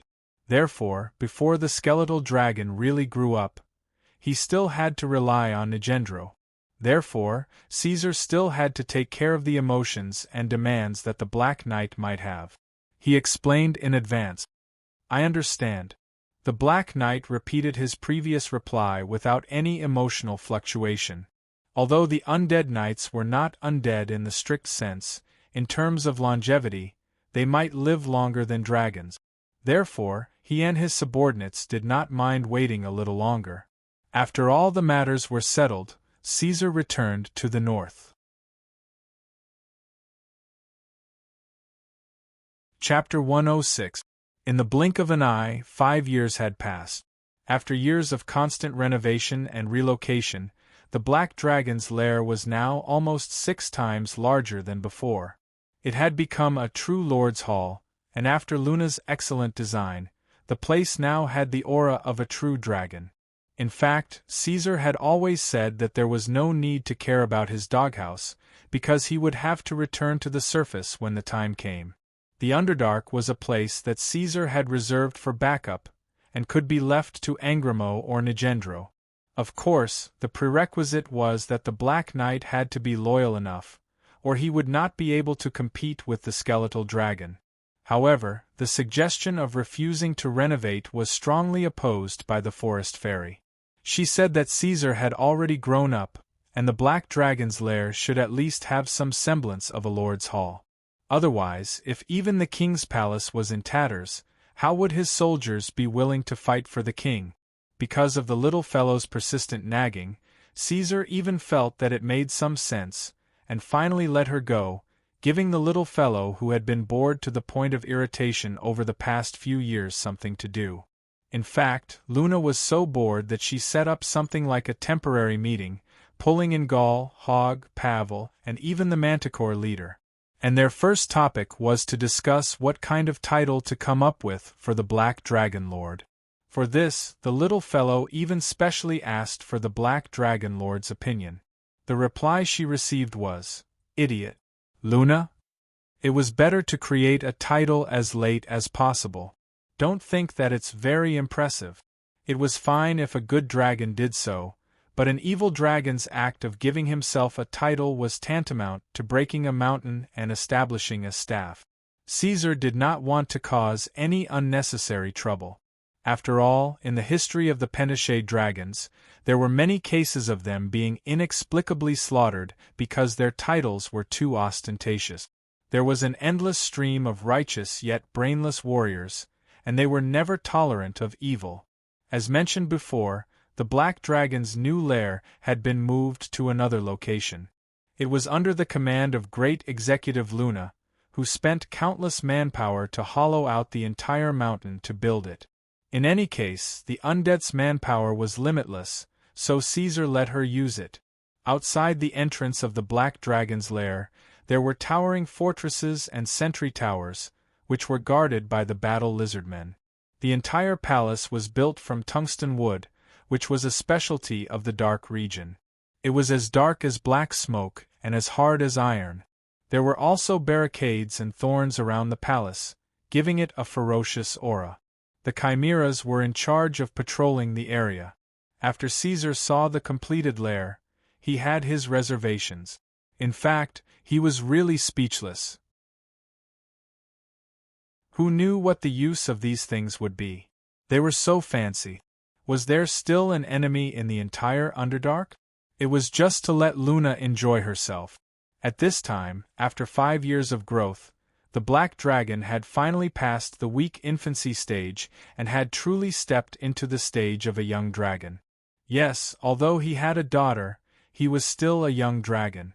Of course, this fellow's size could not be measured by common sense. Normal pentashade dragons, even the largest red dragon, were only 9 to 10 meters long when they reached the higher stage of adolescence. As for Caesar, he measured himself the last time he woke up, and he was about 16 meters long. He was about the same size as his mother when she was young. It was not because this guy was growing slowly during this period. In fact, when Caesar's size had expanded to its peak, he had once reached 20 meters long. But that would not work. Later, he discovered that 16 meters was already his limit. If he did not adjust his wings, the adaptive wings would no longer be able to carry him in flight in the face of his rapidly expanding body. He had no choice but to consume resources again to optimize his body. He pressed back the originally expanded length and strengthened a series of muscle groups such as the pterygothorax, deltoid pterygothorax, latissimus dorsi, and so on. At the same time, he optimized the defense of his wings to a certain extent, making them less fragile. In other aspects of his body, especially the previously miraculous anti-joint control, Caesar had also done enough work to limit his size to 16 meters. If he wanted to grow any longer, he would have to find a way to replace his wings to fly. This guy's ability value in the assessment device had also increased by quite a bit. It had jumped from the original 280-331 to 375-428, an increase of almost 100 points. Of course, this was not a leap that could be achieved by physical growth alone. Coupled with the two previous factors of obtaining the two trophies, whether it was lightning breath or decree, spotless ground, they would cause a great increase in the assessment device's evaluation. Especially spotless ground, this extraordinary ability. Caesar still had not figured out the upper limit of its ability, so he could not test it. He would probably have to find a powerful spellcaster to test it before he could truly understand. On the other hand, the ecology of the Underdark was also on the right track. The breeding industry of the orcs was in full swing. The first batch of domesticated beasts was already howling for slaughter. The wild boar people's berserk research project had also begun to show result. A major breakthrough had been achieved in the 9th experiment of ferns. In the monster clans, the pyramid reform jointly promoted by the gnolls, lizardmen, and hounds had gradually stabilized except for the bloody suppression of the rebellion at the beginning. However, there were still sporadic rebellions. They still needed Caesar's direct forces to be stationed. After all, one's nature could not be changed. Even if food, accommodation, and work were provided, this was probably not something that could be changed in a short period of time. It was a big project to evolve chaotic evil into orderly evil. It would probably take several or even dozens of generations of change and adaptation.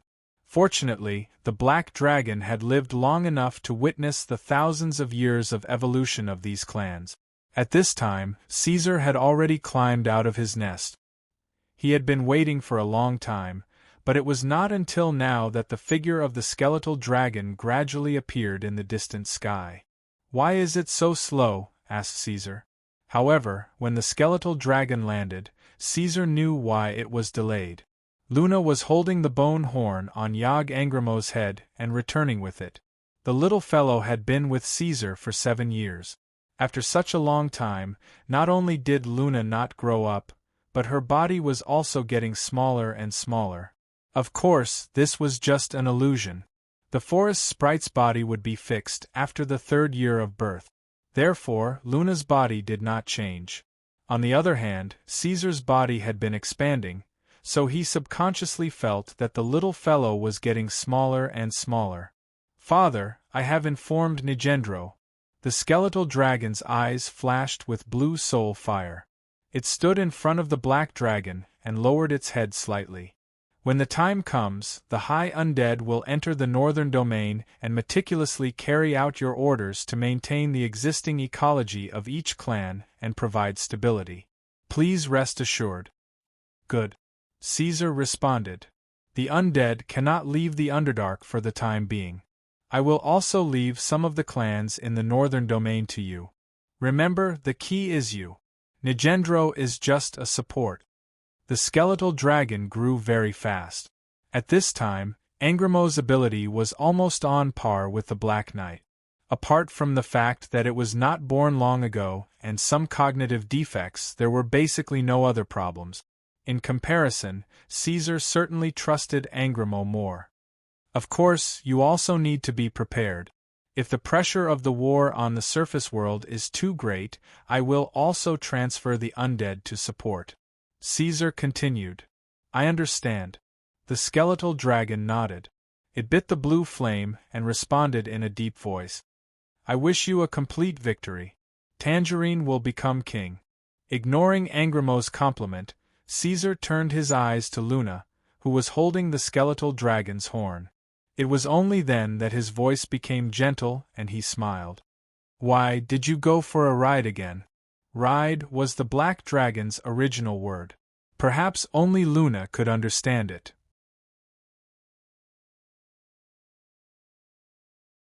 Chapter 107. You're not playing with me. Luna let go of Angramo's horn, jumped down from the skeletal dragon, and then skillfully climbed onto Caesar's neck. You only know how to sleep all day long. Little Yuga is the best, she's willing to accompany me. Of course, the undead did not need to rest. In fact, in the past 5 years, the little fellow had also experienced a deep sleep, and then completed a feat. Her ability value was still between 1 and 2. Apart from becoming more energetic and not as sleepy as before, there was no change in her body. This was actually quite difficult. Caesar had not found any other intelligent creature with a lower ability value than Luna.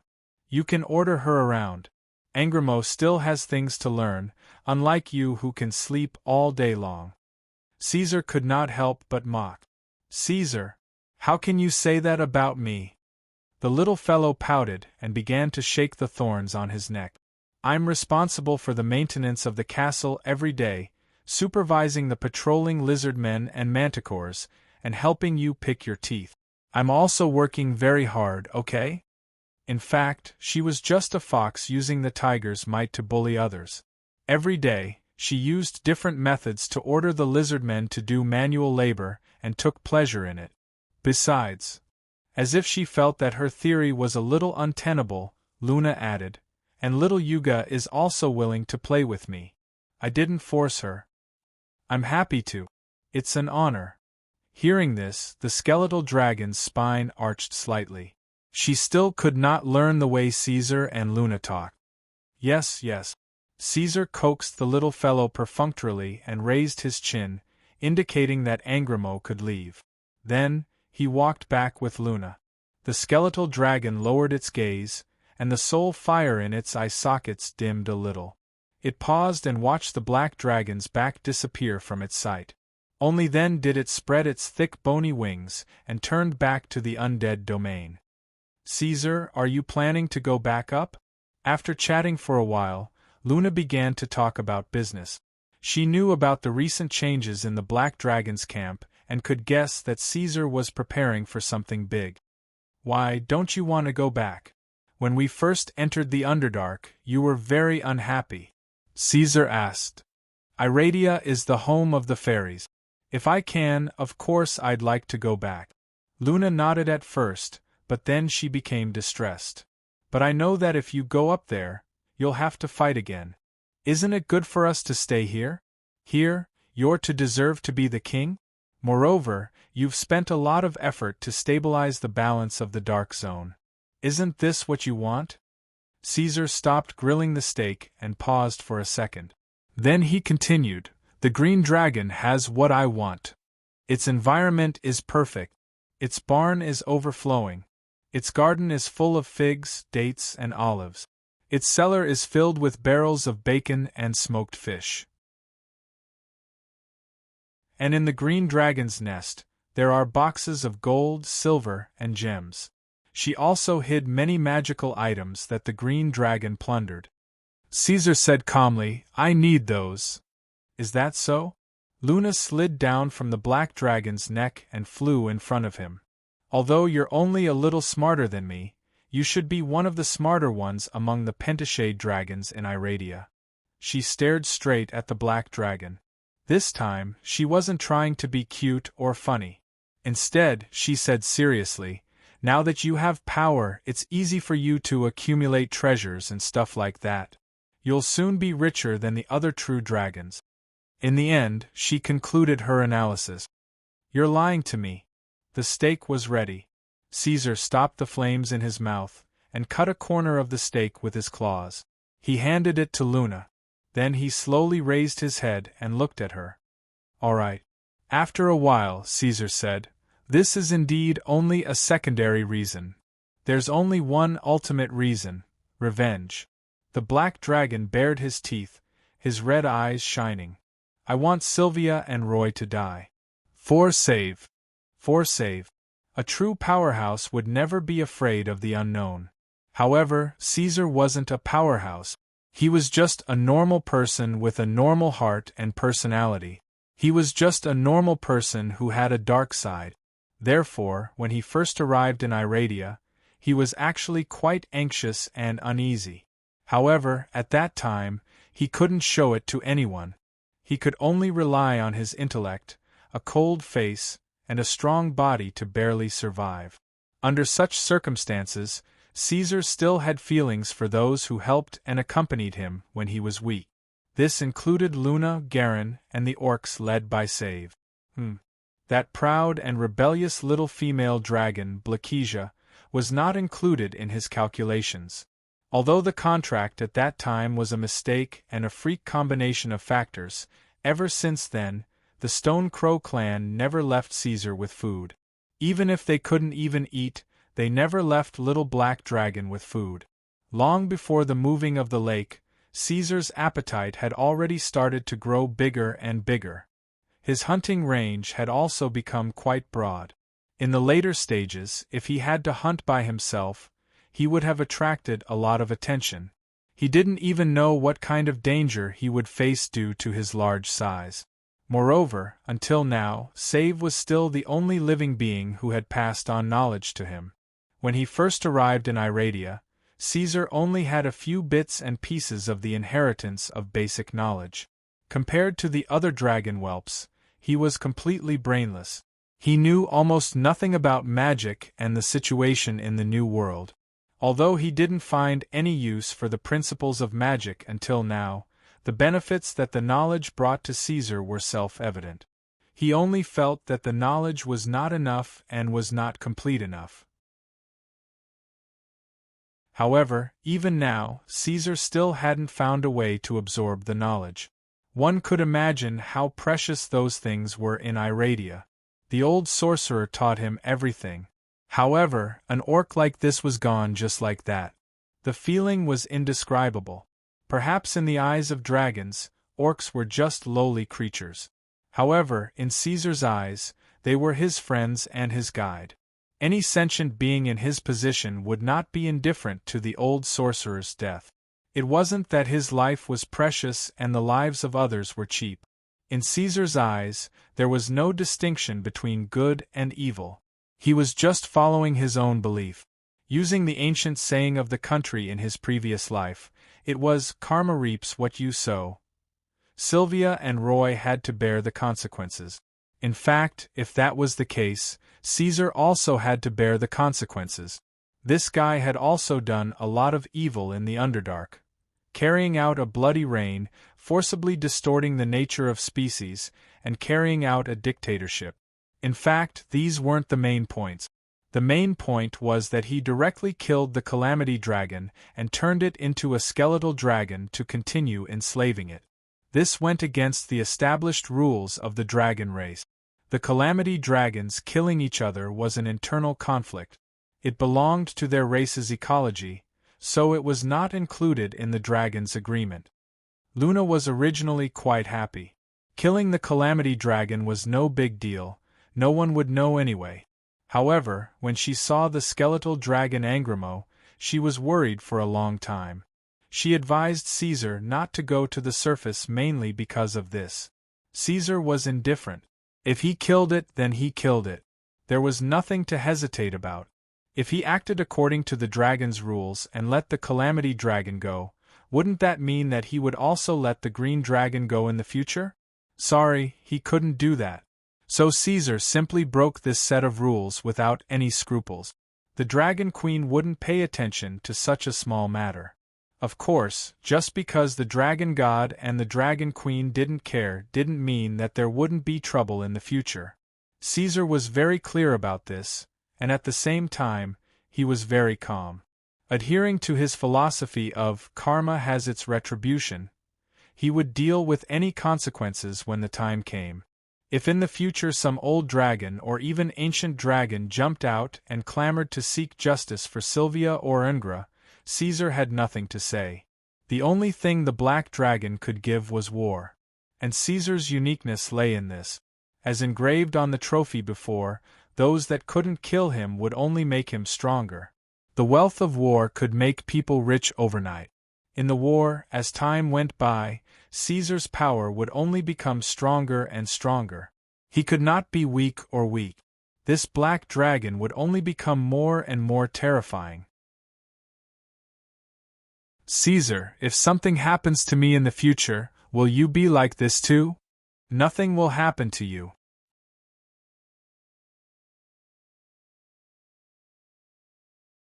Chapter 108. Caesar didn't think there was anything wrong with his answer. Anyway, the little guy's face immediately turned red. Then, with a burst of speed that was hard to reach, she ran away with a whoosh and disappeared without a trace. We're already so familiar with each other, yet she's still shy. The black dragon looked at the little black dot that disappeared. Its claws rubbed the stratum corneum on its chin and made a clicking sound. This wasn't a lie. Even though the black dragon's lair had been relocated and expanded, Luna still hadn't moved. She still lived with him, and would often lie on his body to sleep. But now, she actually ran away. Alright, then this steak is mine. I can't waste it after making it for so long, so fragrant. Now that it was about the green capital, it wasn't a question of whether to fight or not, but how to fight was the key. Caesar bit into the steak and thought. He just realized that he was too short on resources. These resources didn't refer to manpower or material resources, but human resources. It was funny that he, a dragon lord who ruled a monster clan, was actually worried about human resources like those humans. But this was the truth.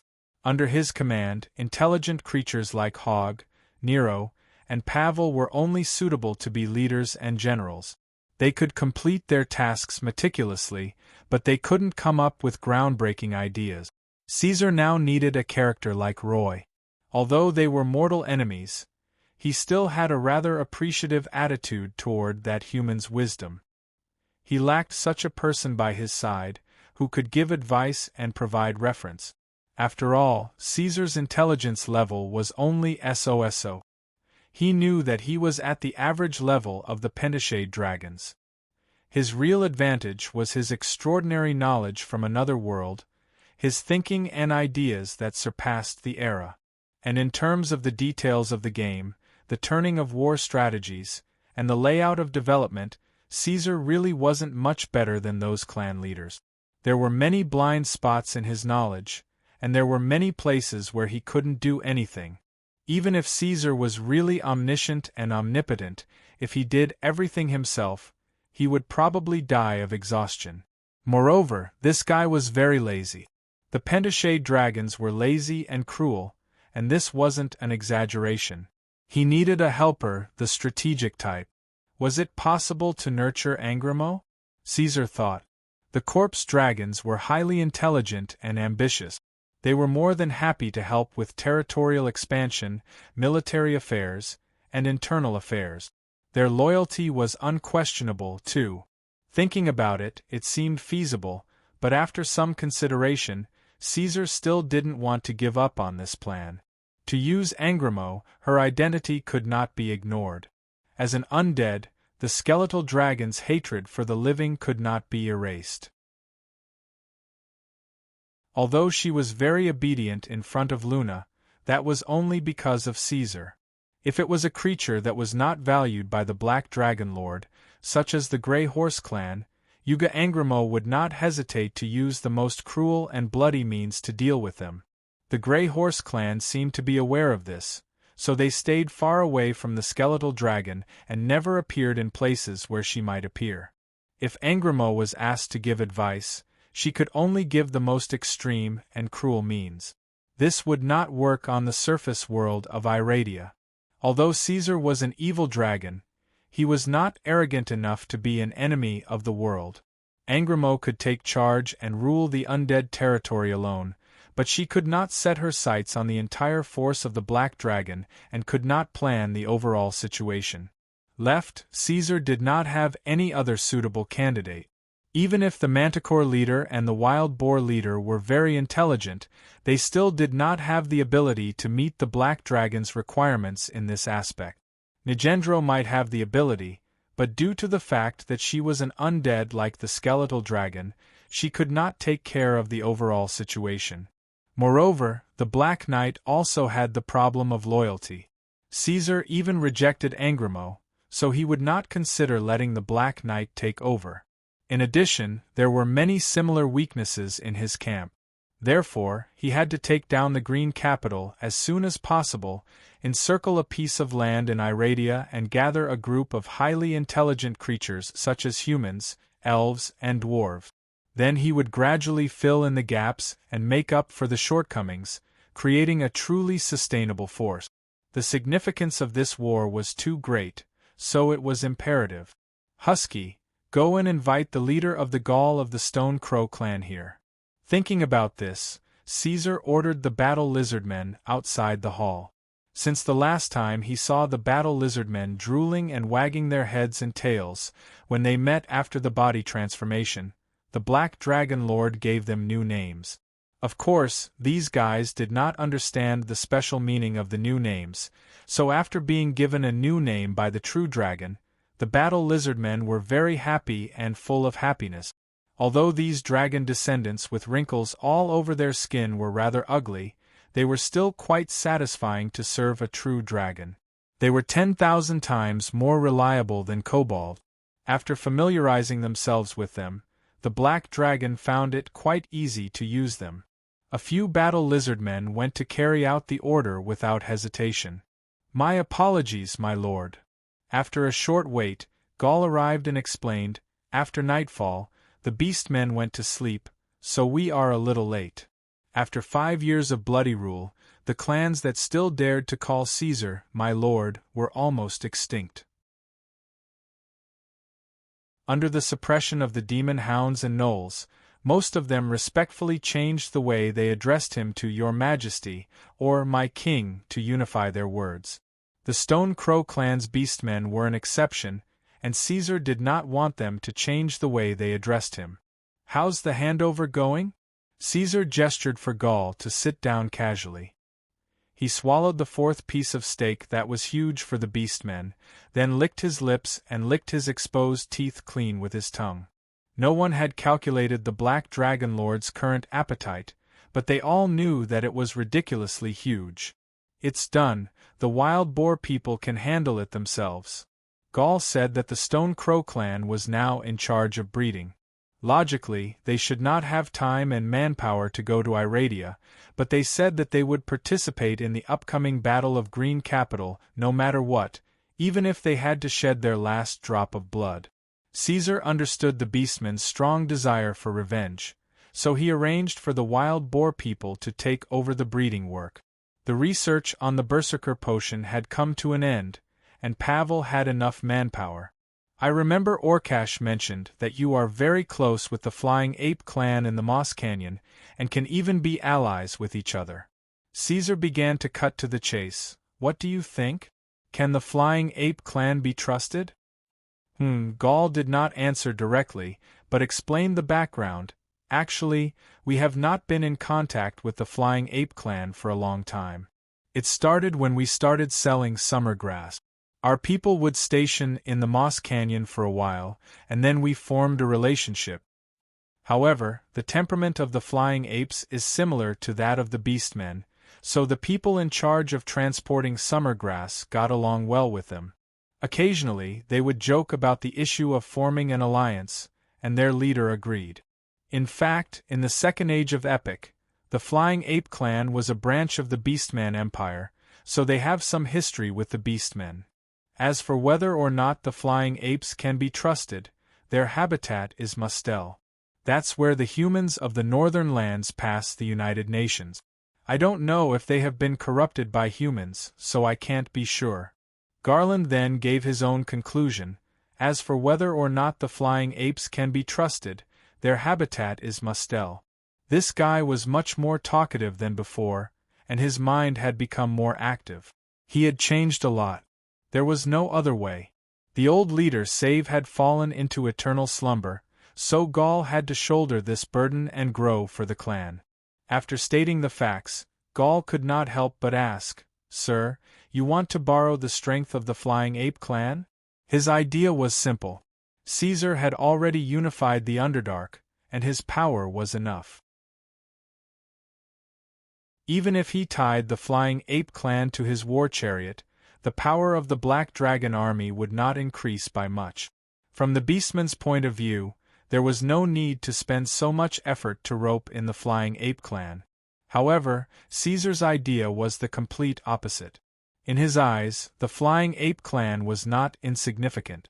Instead, they could affect the balance of the war to a certain extent, so it was necessary to win them over. Of course, he did not value the Flying Ape clan's power. No matter how strong they were, they would not be able to defeat the Devil Hounds.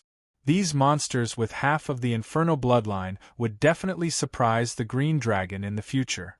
What Caesar was concerned about was the Flying Ape clan's channel. The Flying Apes had been rooted in Monster for many years. That canyon was a natural pass between the northern kingdoms and the Green Capital. As long as an army was equipped with a spellcaster and stationed at that place, it would be a conservative estimate for one to fight against 100 Green Capital.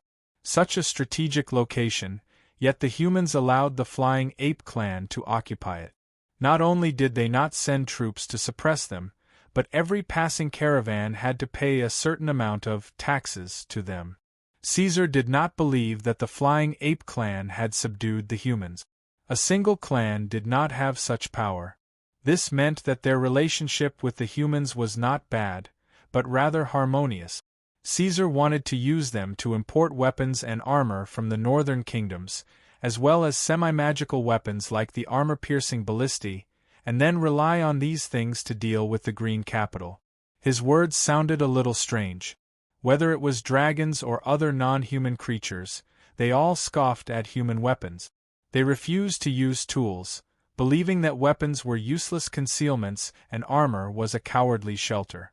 In contrast, monsters preferred to use their claws and teeth to fight and kill. Of course, Caesar did not think this way. To him, obtaining victory was the most important thing, and reducing casualties was the second. This Black Dragon, who had no bottom line, would not have any discomfort. Benefits came first, and he would do anything. If it was possible, he would have liked to bring out a few magic annihilation cannons and blast the Green Capital a few times before the battle started. However, those cannons were nowhere to be seen in the north. They were all in the hands of the Empire where the sun never sets.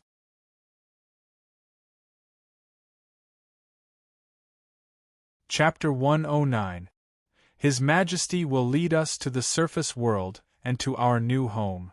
This rumor had been circulating among the Black Dragon's kin for many days.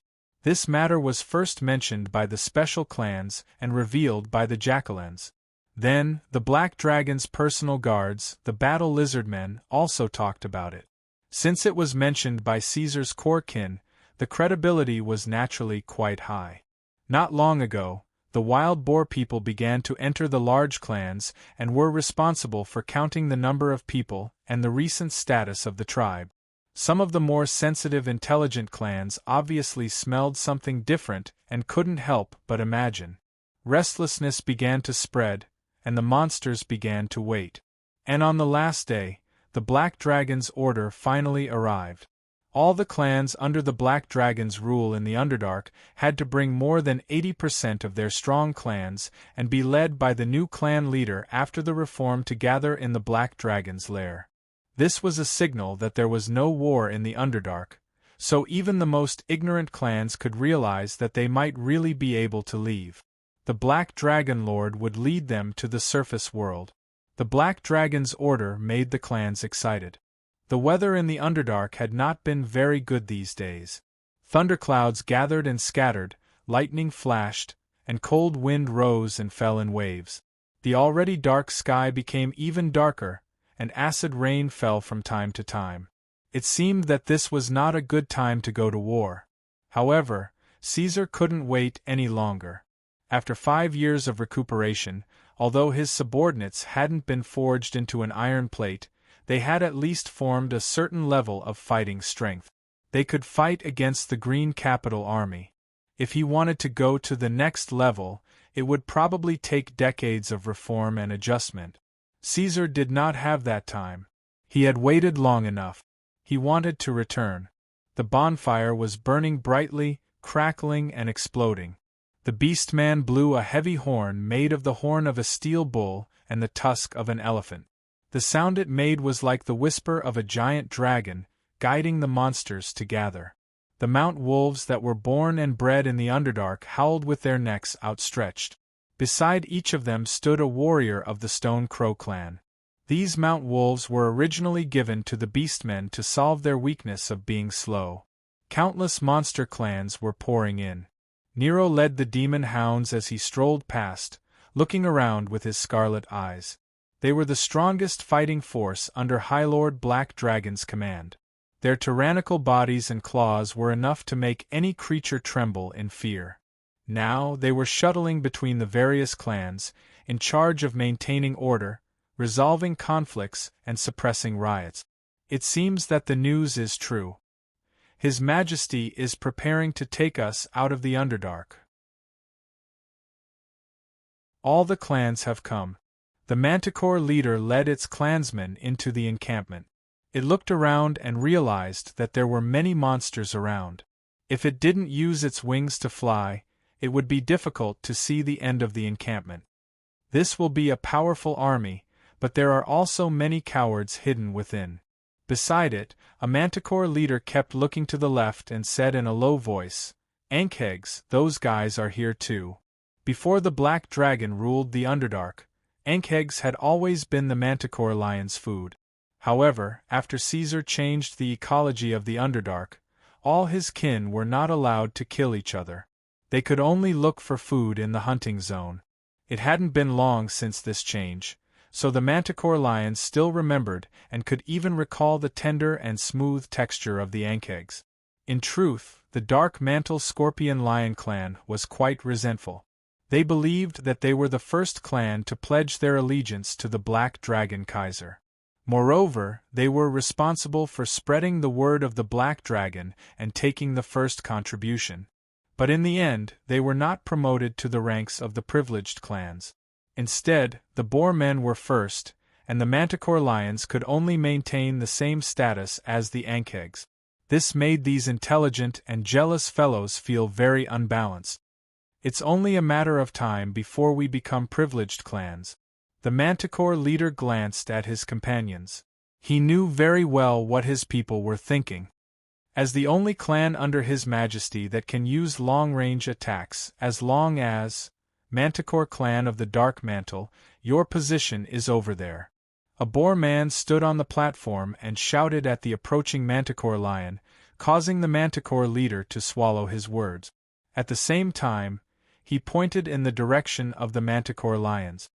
I really don't understand why His Majesty values these Boar men so much. The Manticore lion continued to complain in a low voice. These scum, we only need 10 minutes to clean them all up. Not a single one will be left. Enough. The Manticore leader reprimanded in a low voice, a little angry.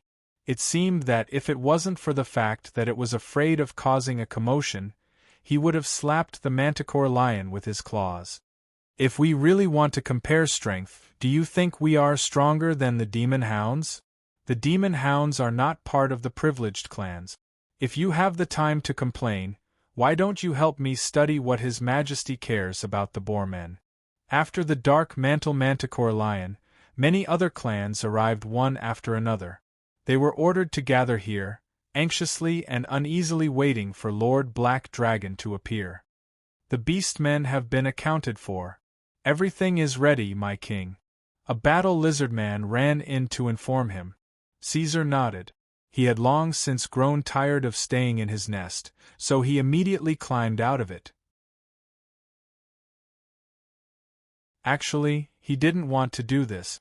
From Caesar's perspective, deliberately arranging for his subordinates to wait for him for so long was simply asking for trouble. He had nothing better to do. His pride wasn't at the level where he needed to be satisfied with this kind of nonsense. However, this was Iradia. This was the Underdark. Here, whether it was humans or monsters, they all fell for this. As a true dragon, he had to maintain his dignity, he had to put on airs, he had to be arrogant and noble. These were Luna's words. He didn't know if they were true or not. Amidst the low sound of the horn, the black dragon slowly climbed out of the nest. The monsters slowly opened their mouths, and their knees involuntarily trembled. They raised their necks and looked at Lord Black Dragon, who they had to look up at a 90-degree angle. What kind of dragon was this? It had a sturdy body that was completely different from ordinary true dragons. It had huge wings that were completely different from others. Its entire body was densely covered in beautiful and shining crystal-like scales. Ferocious barbs decorated the scales. Even from far away, its red eyes could be seen clearly. It seemed to be glowing. The noisy gathering point quickly quieted down. Even though Lord Black Dragon hadn't made a sound, it still couldn't be ignored. The gazes of all the creatures involuntarily gathered on Caesar's body. It couldn't be helped. He could do whatever he wanted just because he looked scary. It was just a joke. In reality, when Caesar appeared, the pressure of his life force swept across the entire domain without restraint.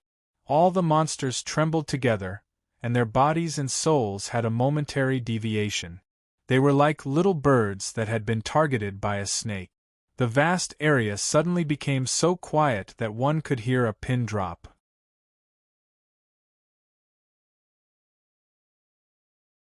Chapter 110. It seems that the population of the clans hasn't decreased. On the contrary, it seems to have increased. Looking down at the monsters, Caesar muttered in his heart, "So, when the demon hounds and gnolls forced the reform, they seemed to be quite gentle." This was the second time the Black Dragon Legion had gathered on such a large scale since the War of the North and South 5 years ago. Although Caesar did not have many soldiers, there were still close to 4,000 or 5,000 of them. It looked quite visually impactful, and the momentum was spectacular. Finally, it was barely worthy of the name Legion. Lord Black Dragon wanted to open the passage to the surface world. Of course, it was a big event in the entire Underdark. It might even be recorded in the history of the Underdark, if someone in these native clans did this thing. Therefore, the undead also came to witness this historic moment. Caesar saw the Black Knight and the undead knights appear in his field of vision. The skeletal dragon landed some distance away from the Black Knight, and behind it was a group of gargoyles and liches. This made Caesar's eyes pause slightly, and he seemed to be thinking about something. The undead did not enter, but stood on the other side and watched. In addition, the tall gnoll leader Hog was also there, followed by a few wolf pup. He stood together with the skeletal dragon Angrimo, and talked to each other. As the number 1 subordinate of the Black Dragon, Hog would definitely leave with Caesar. Therefore, many of the tasks that he was previously in charge of had to be transferred and handed over to the skeletal dragon. Now, some of the final handover work had to be done. Speaking of which, it was strange to see the gnolls and the undead standing together. As you all know, Caesar Ordoronso came from the surface world. After looking around slowly, the Black Dragon spoke, and a hoarse and low voice squeezed out from his throat. At the same time, Because of the entry of outsiders, the seal of the magic nodes has been forced to be lifted. I once promised you that I would lead you away. Caesar mentioned this past. When he had first gathered the various clans, in order to increase his chips, he had indeed made this promise. Now it's time. Upon hearing this, most of the monsters remained standing under the suppression of the draconic aura. There were also some highly intelligent species that could not help but whisper among themselves. But what I didn't tell you is that I still have opponents and enemies on the surface world. Caesar continued. That was a green dragon, an old green dragon. As soon as these words were spoken, the whispers became even more intense and gradually spread, causing the entire assembly to become somewhat chaotic. In the eyes of the clan leaders, the great leader was only an adult black dragon.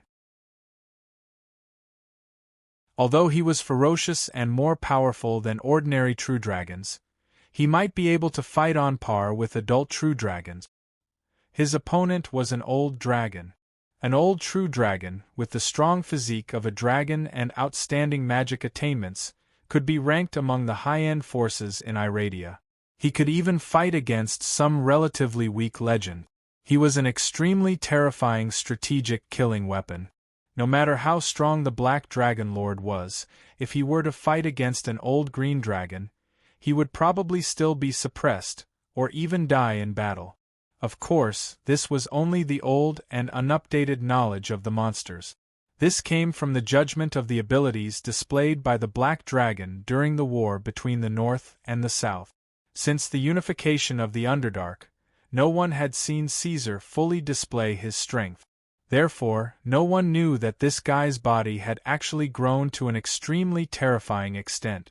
After continuous optimization and adjustment, as a young dragon, Caesar's strength was so strong that he could even arm wrestle with an adult red dragon. At the same time, he had also obtained breath and superpowers. The values in the verification device were not much worse than the green dragons, and they were extremely effective against spellcasters. Have cowardice and fear swallowed you? Known as the most ferocious and cruel underground clan. The Black Dragon's low voice was full of deterrence, and the field quieted down again. I want you to know that I will twist off the green dragon's head, skin it, and hang it in the Black Dragon's lair as an ornament. First, he declared his strength and confidence. And I also want you to know, Caesar slowly stood up, his scarlet vertical eyes shining. I want you to fight for me, not to let your corpses be exposed in the wilderness and become food, but to let the pitiful worms of the green capital be exposed in the wilderness and become our food.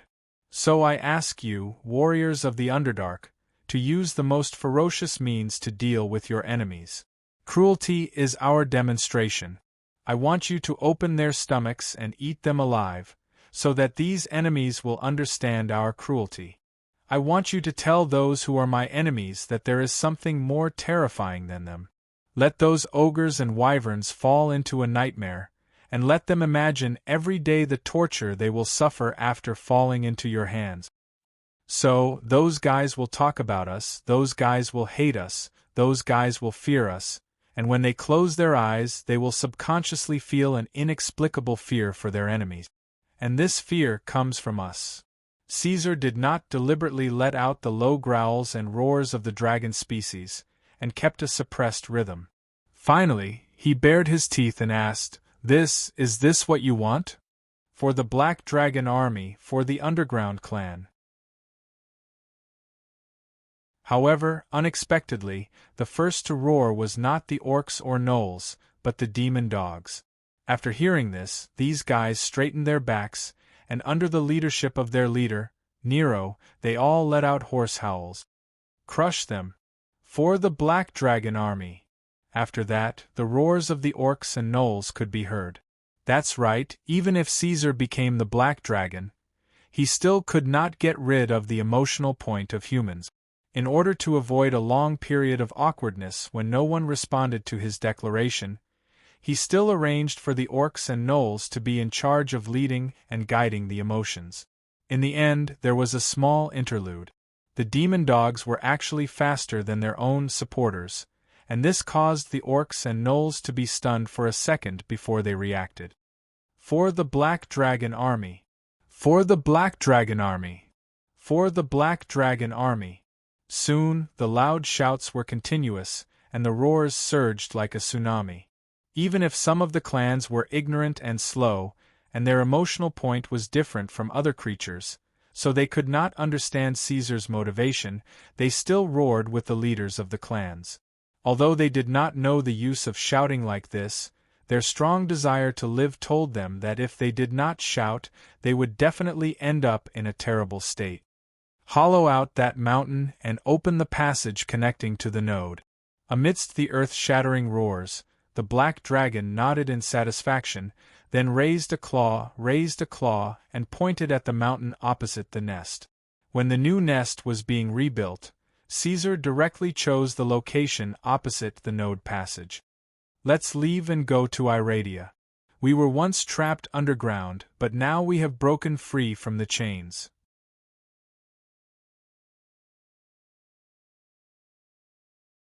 Chapter 111.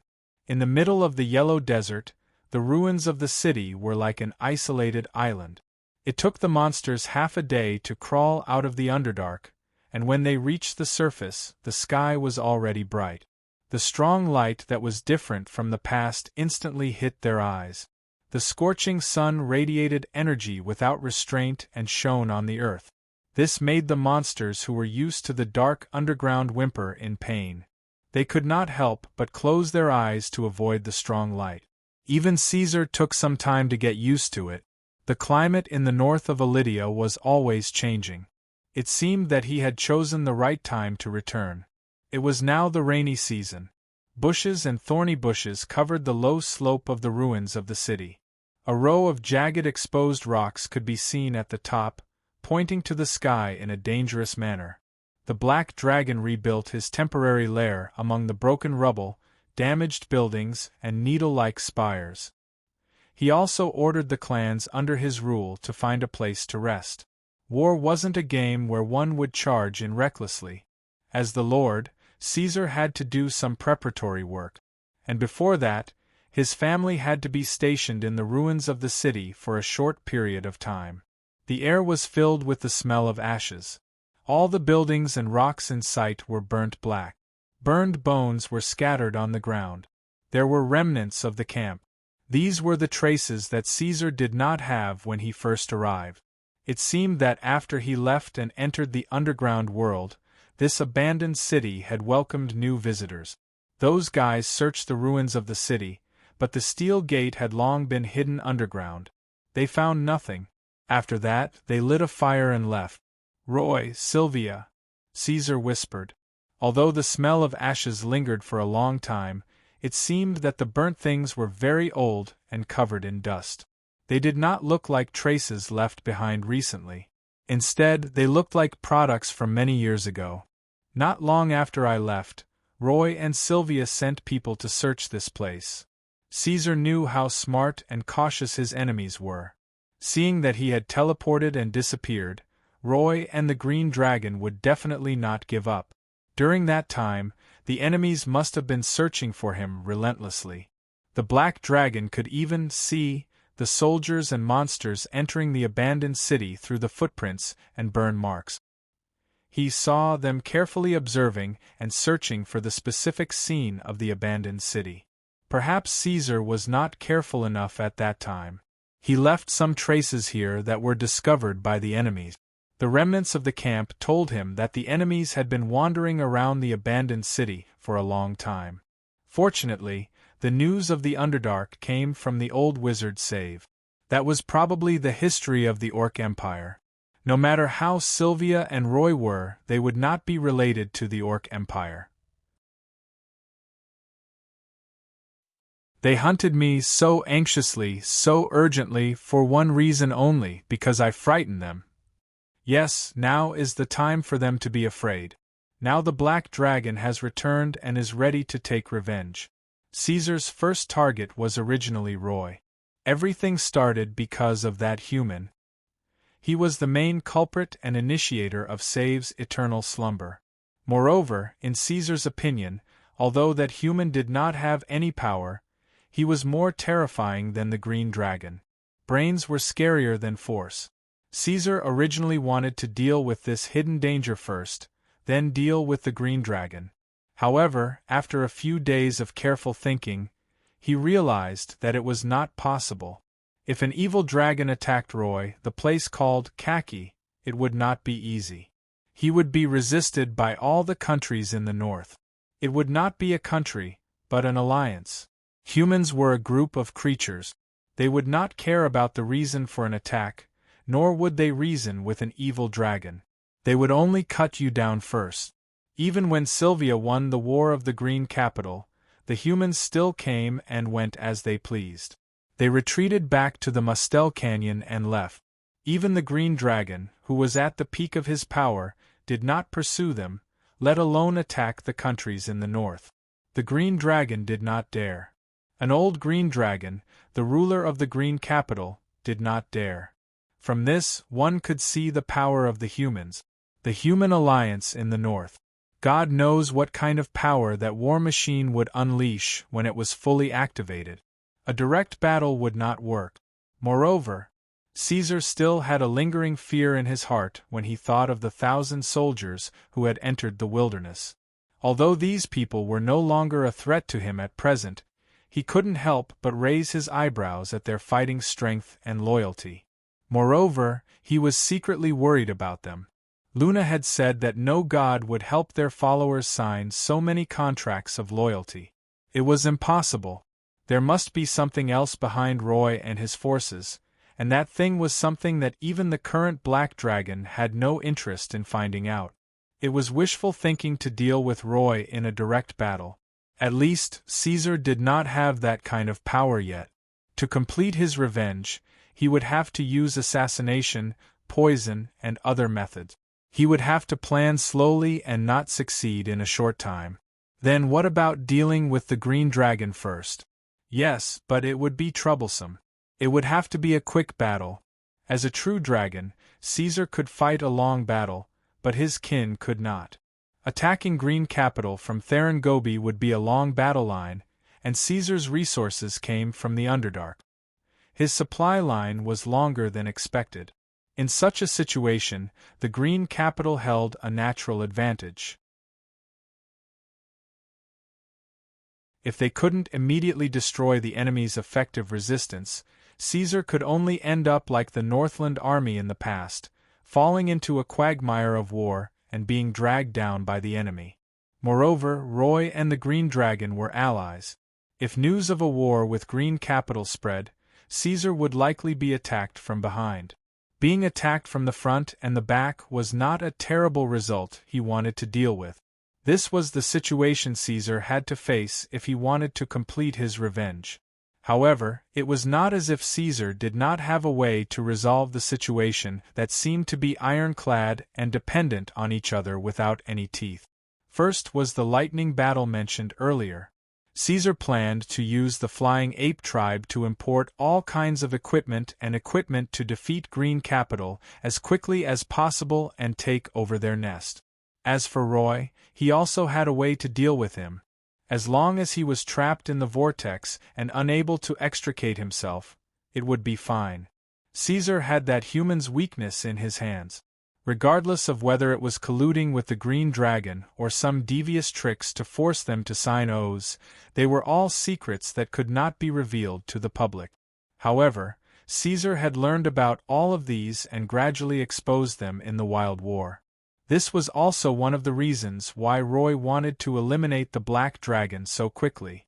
Once this news spread, whether it was true or not, Roy would attract the attention of the other countries in the northern lands.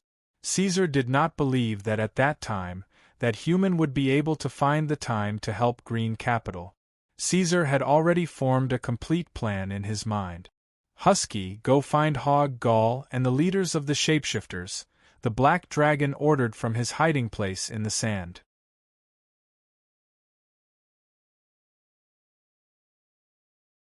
Chapter 112. Under the persimmon tree in the abandoned garden, Caesar was gnawing on the fruit while watching the fairies and butterflies chasing each other around the collapsed charred wood. There used to be a tall nameless plant that was taller than the tallest building in the ruins of the city, but it was burned down together with the grape trellis, leaving only the embers of the fire. It could be seen that the little fellow was in a good mood. Although she dissuaded him from returning to Iradia, when she really returned to the old place, Luna became happy. For her, Iradia was her home. Back here, the little fellow immediately put her worries behind her. Caesar understood how great the temptation of home was. In the first few years after he was born, he always couldn't help but think of the scene when he was on Earth.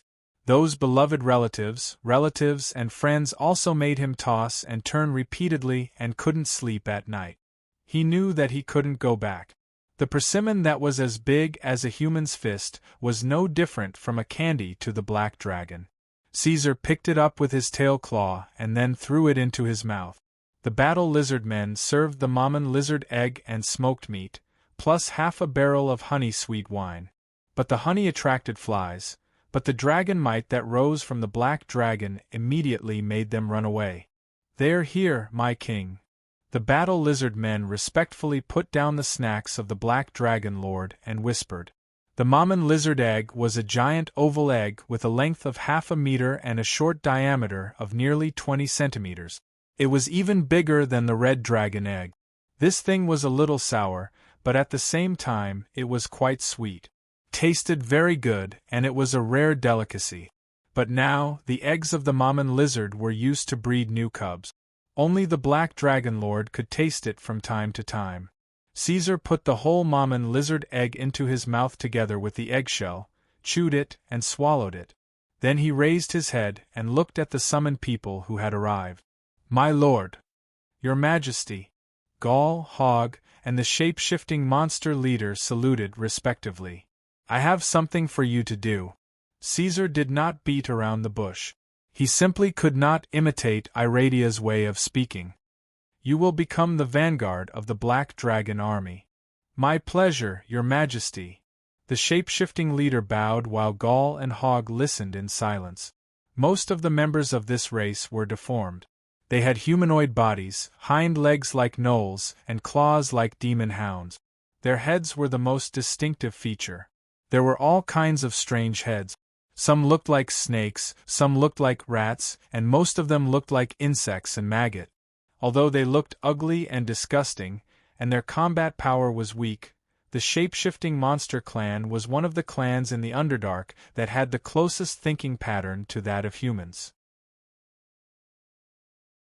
Moreover, they were born with the ability to shape-shift and were excellent spies.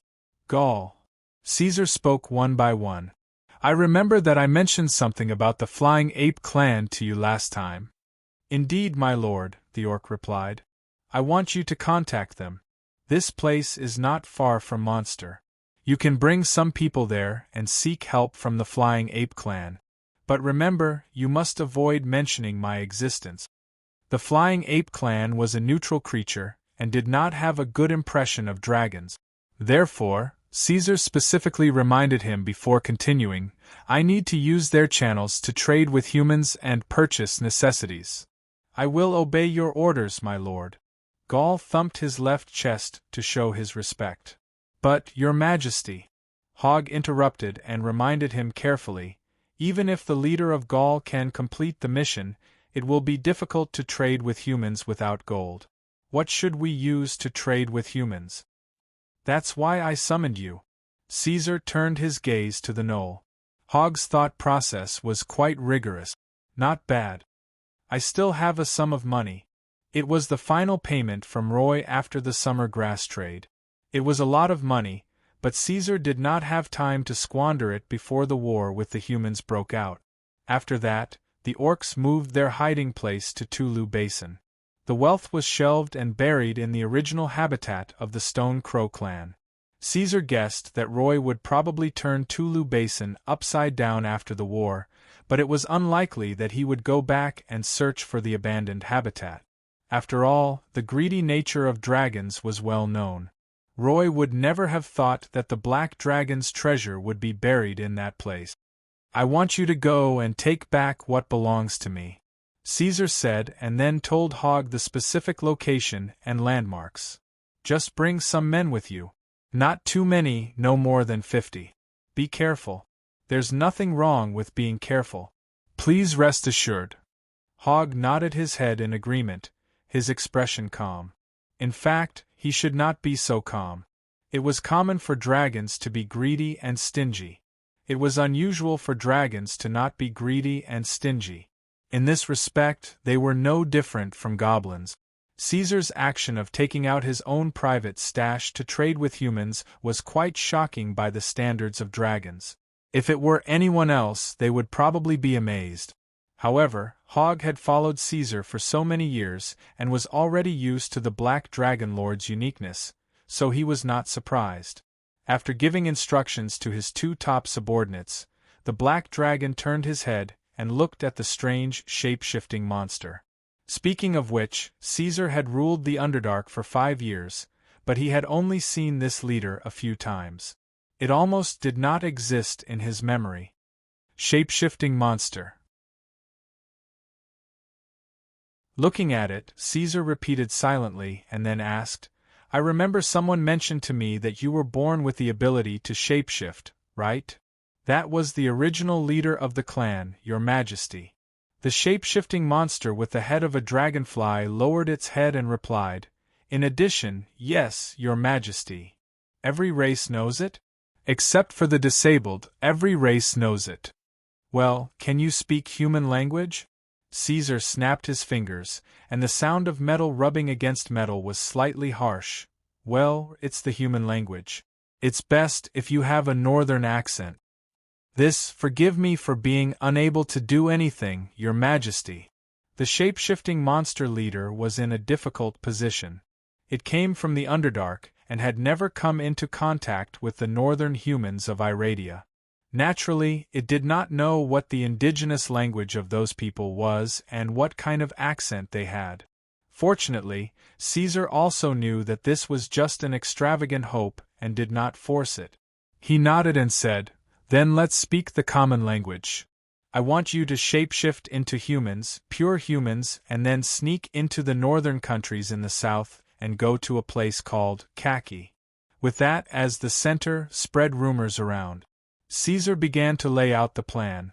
"This should not be difficult for you." "It's not difficult, Your Majesty," the shape-shifting monster replied, "but how many races should we have? In case of accidents, take 100 people with you. But the rumors don't need to be spread so much. It will make people suspicious. Shapeshifters are a smart race. You know what to do with your race." Caesar stared at it and moved closer. "But you can't go. You have to stay here. If things fail, you will die and all your races will die." This was the difference between the Black Dragon's special clans and the ordinary clans. The shape-shifting monster leader deeply felt this. Although the Great Lord was very easy to talk to before, and its voice was soft and comforting, whether it was the order given to the orcs or the gnolls, it did not give the orcs or the gnolls any requests, nor did it mention the price they would have to pay if they failed the mission. But when it was the shape-shifting monster's turn, it was a naked threat. The Black Dragon Lord did not hide its cruelty and ruthlessness. "I understand, Your Majesty," the shape-shifting monster leader replied worriedly. Caesar began to explain the method and the specific content of the rumors. After a while, he signaled that the shape-shifting monster could leave. "Go quickly.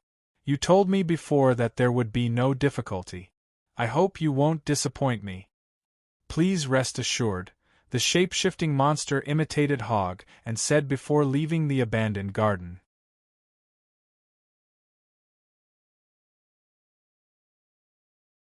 Chapter 113. Northern Human Alliance, Lying Duchy, Khaki's borders. It was the rainy season, so the sky darkened very quickly. Not long after, the curtain of night had completely enveloped the city. The darkness was like a tidal wave, and only the stars in the sky could be seen. There were fewer and fewer people on the street. Even if they were in the safe castles, the commoners had already gone to bed early. Whether it was the artisans, tailors, or merchants, they closed their doors after the last ray of sunlight disappeared. In this era, as long as they were not enslaved servants or slaves, they would not do anything after nightfall. Generally, they would have to wait until dawn the next day. Even if it was urgent, they would have to knock on the door, and it had to be someone they knew. That was because the northern kingdoms were not as developed and efficient. Other than the liege's mansion, there were no soldiers patrolling the streets at night. When night fell, the city would become a paradise for kidnappers and thieves. Every few days, there would be a corpse with a completely unrecognizable face in the sewage river in the city. There were black shadows moving through the streets, avoiding the vigilant and hostile eyes of the people. They were like fishermen spreading the bait. Every once in a while, they would carefully throw down a piece of paper. On it was written in the tone of an ordinary knight's squire, and there was an extraordinary story recorded. It was not only Kaki's lord's town, but the other towns and even the other territories of Lying Duchy had the same scene. My name is Brian Crowley, squire of a knight. I serve the Brendel family of the Lying Duchy in the northern kingdoms. When someone sees these words, I think I am already dead. My master is Roy Brendel, the second son of Count Brendel. He is in charge of the Brendel family's wine, silk, mills, and other businesses. But things are not as simple as they seem. When Duke Ryan led his army to fight against the evil dragon and the northern kingdoms against the Green Capital, I found out that my master, Roy, was secretly supporting the Green Capital. His Brendel family provided the mother of poison with countless resources and information. That year, the reason why the commander of the Northern Allied armies was assassinated was because of Count Brendel's manipulation. As Lord Roy's attendant, I have personally witnessed Count Brendel, Lord Roy, and the dragon's debauchery. In fact, there were many attendants and soldiers who knew about this matter. This made me wonder why the Brendel family dared to be so brazen. Were they not afraid of Grand Duke Lionheart's punishment? It was only later that I understood that the Brendel family not only had dealings with the dragon, but also with the devil. The Count used the powerful devil to force us to sign a contract of loyalty. If he didn't submit, he would die. I escaped. But I knew that I would not be able to escape the Brendel family's pursuit and persecution. So while I was fleeing, I wrote down everything I knew and gave it to a reliable friend to keep it safe for me. I told him that when he could no longer contact me, he would reveal the truth of this secret. I wasn't a noble knight, but I still hoped that this trip would allow my soul to travel to the kingdom of God. I am willing to swear an oath to the true God of mercy whom I believe in. Brian Chloe. If this thing was written in the common language, it would take a long time. Therefore, Caesar did not let the shapeshifters rely on the parchment to spread it. Instead, he asked them to find a way to get their hands on thick paper produced by the northern kingdoms and copy it down before spreading it. Considering the limitations of this era, even the humans who dominated the continent did not have many innate talents like the shapeshifters. There were not many who could read and write.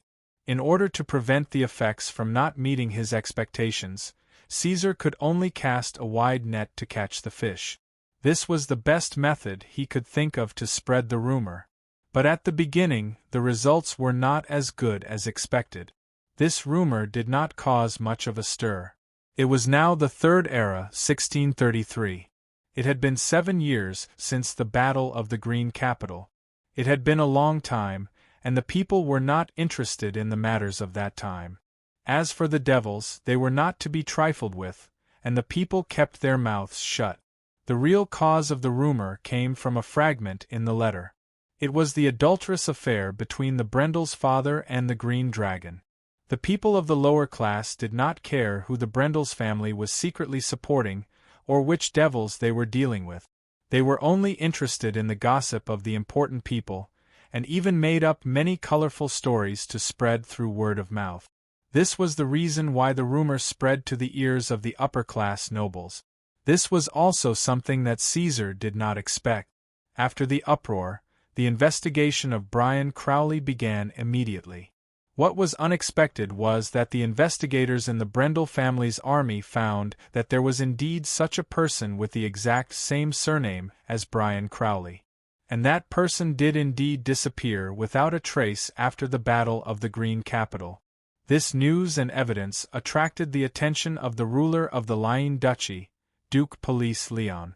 After a short period of consideration, the Duke immediately sent out an executive to investigate the Brendel's family in Khaki. Before this, the Brendel's family would never be subjected to such an investigation. Count Brendel belonged to the radical faction in the Lying Duchy, and he was also an important noble at the border.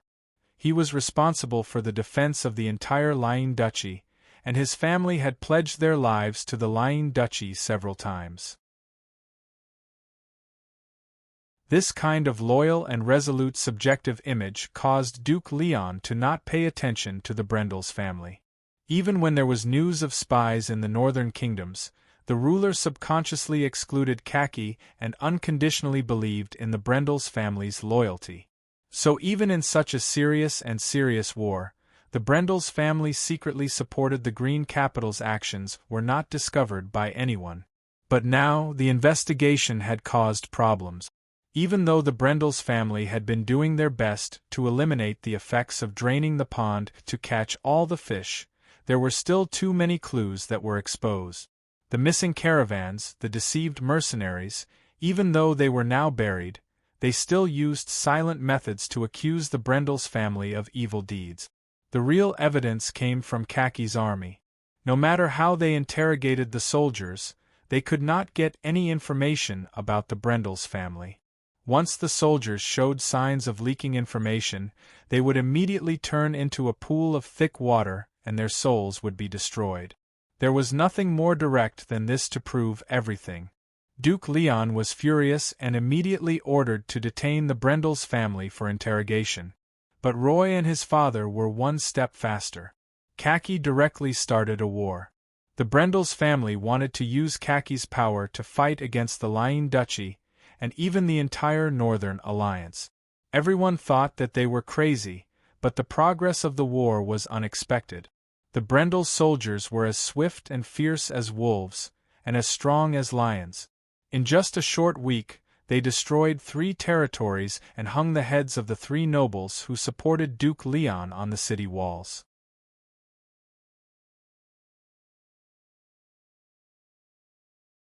Chapter 114. It's the Black Dragon. It's back. Unlike the true dragons and fairies, mortals were unable to withstand the passage of time. 7 years had passed, and the young noble was now nearing 30. His long and narrow eyebrows and neatly trimmed beard made Roy look more mature, and his figure was no longer thin. He was now wearing casual clothes with a ribbon tied to his button. He walked into the Count's study with a solemn expression. "Father." The nobleman who was no longer young bowed slightly. "After the great victory, I think we should focus on its problem and guard against the true dragon's attack." The Brendel family had swept through the 3 territories adjacent to Khaki with lightning speed, and hanged 3 of Lionheart's supporters. However, they did not intend to expand the war immediately.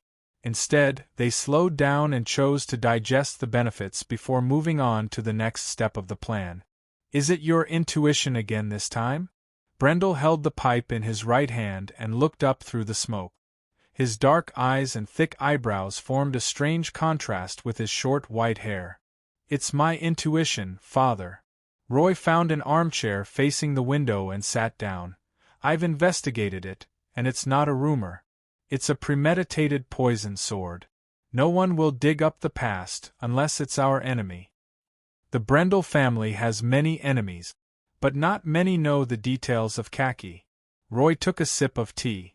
"Brian Crowley is one of my men, but he died 7 years ago and disappeared in the Battle of the Wilderness. It's only now that there's a letter with his tone.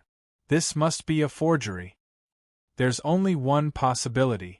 Our enemy from that time has returned," Roy concluded. "Sylvia is really disappointing." The old Count showed a sarcastic smile. The powerful mother of poison? I didn't think that even a black dragon could not be completely dealt with, and even gave it a chance to make a comeback. Father, Lion Kingdom isn't giving us much pressure. The Northland Alliance hasn't reacted yet, Roy continued. The Northland Alliance was a machine that was too large and had too many parts. This resulted in slow transmission and slow reactions. Thus, until now, this war had been a civil war in Lion Kingdom. The Northland Alliance had yet to intervene. Under this premise, Roy proposed, please allow me to lead half of the soldiers back to the border of Khaki and guard the rear for you in case of any sudden attack. To tell the truth, Roy was very afraid of the Black Dragon. The memory was still fresh in his mind. The Battle of the Wilderness had caused the Count's second son, who had been advancing triumphantly, to taste the taste of defeat. In that battle, he had originally held the absolute advantage, but his opponent had managed to grab hold of his weakness time and time again, turning the situation around. Even when he used his final trump card, the appearance of the green dragon Sylvia, his opponent still managed to escape. The Black Dragon was completely different from the lazy and stupid Pentashade dragons who only knew how to use brute force, and when it returns, it will definitely bring with it a violent storm. Roy had to admit that he was afraid and worried. This time was different from the past. They were in the open while the enemy was in the dark. He did not even know how strong the Black Dragon was and how many forces it had under its control. But the pair of eyes in the dark were staring at them, waiting for an opportunity to devour them. Now the enemy had only played a small trick, spreading a rumor without much effort, and it had already caused Brendel's family to be in a terrible state. They were even forced to launch a rebellion in advance. God knows what kind of storm the Black Dragon would bring when it really attacked. Roy had no choice but to prepare in advance. He had to be cautious and eager to return to the border of Khaki in case the Black Dragon could attack at any time. He did not know the enemy's strength or where they were. Defense was the only thing he could do so far. Do you know why you failed that time, my child? The old Count sighed softly and put down his pipe. You are very smart. You are used to taking everything into consideration and advancing step by step. This is very good, but you are too young and your vision is too shallow. You can't see the essence of things clearly. The reason you want to go back to defend Khaki is because the Black Dragon might attack. But have you ever thought about why it would attack? Will it attack? You told me yourself that it is a unique dragon, not a reckless fool like the Red Dragon. The old Count looked at him. What reason do you think it has to attack us? At this time? Why? Roy was a little confused. After hesitating for a while, he probed, because we are weak now, and our army is focused on the battle against Lion Duchy. We do not have the strength to turn around. It can easily defeat us and complete its revenge. It was obvious. Roy did not know why his father still asked him this question. It seems that you still don't understand. The old Count shook his head and explained, to satisfy its insignificant desire for revenge? That's too naive. What good would it do it to attack us at this time? To an evil dragon, we are the same as the other humans in the northern kingdoms. We are all its enemies. Isn't it happy to see the enemy fall into internal strife? If the Black Dragon attacks at this time and exterminates Brendel's family, won't it be driven out of the northern kingdoms by the others in the end? What good would it get? The actions of any intelligent creature are driven by a motive, and this motive is mostly profit. The old Count concluded, in Iradia, the so-called justice and evil, glory and revenge are all laughable lies used to fool the lower class. We only care about profit. In the past, in the Second Age, the proud Valkyrie of the empire on which the sun never sets was willing to be beaten by those ugly giant leaders for 4 days and 4 nights in order to get the help of the giants. What can make a legend submit?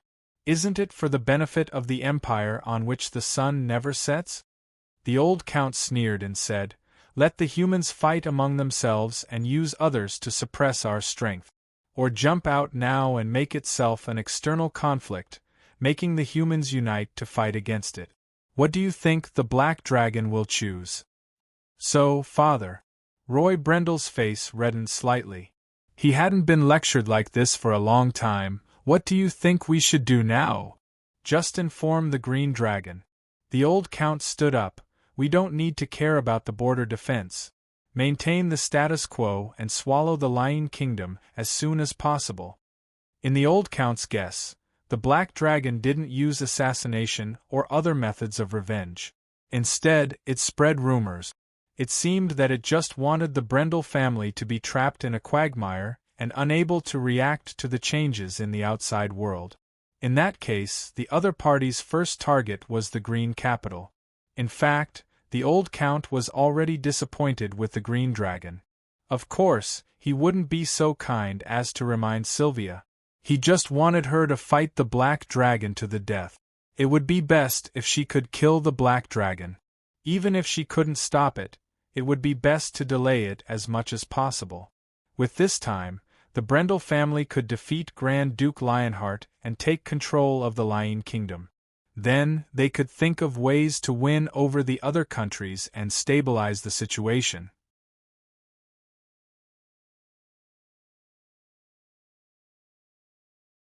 Chapter 115.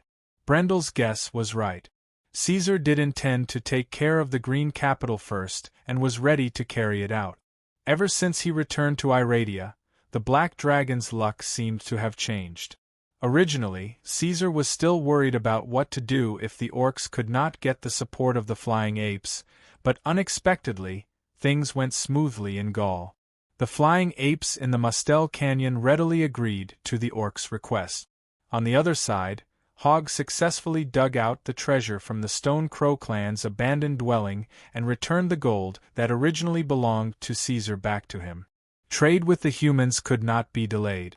After the Battle of the Green Capital, in order to make up for the country's financial losses, the northern kingdoms released their control of military equipment, so a large number of standard weapons flowed into the civilian population.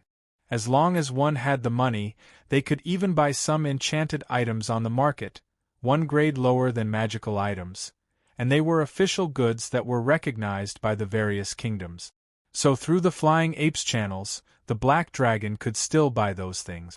Driven by profit, the efficiency of the merchants could be said to be the highest in Iradia. Caesar could immediately see results when he threw in a sum of money. However, the Black Dragon was not about to hand over his wealth so easily. Between the northern kingdoms and the monster Grand Canyon was the Theron Gobi. Coincidentally, that was where he was staying right now. Thus, Caesar intercepted the caravans on the way without paying a single cent. He robbed the caravans without hesitation. In order not to scare them out of their wits, the Black Dragon did not appear in person and only sent his kin. Moreover, Caesar's men were very particular. Every time, they were sent by different clans and were only slightly stronger than the guards of the caravans. After the other party surrendered, they did not harm the lives of the merchants. This way, with the Flying Apes' reputation as a guarantee and the temptation to buy at a high price, the merchants would take a second risk to try to make up for their losses. Then, Caesar could repeat the same trick and rob the people of their goods.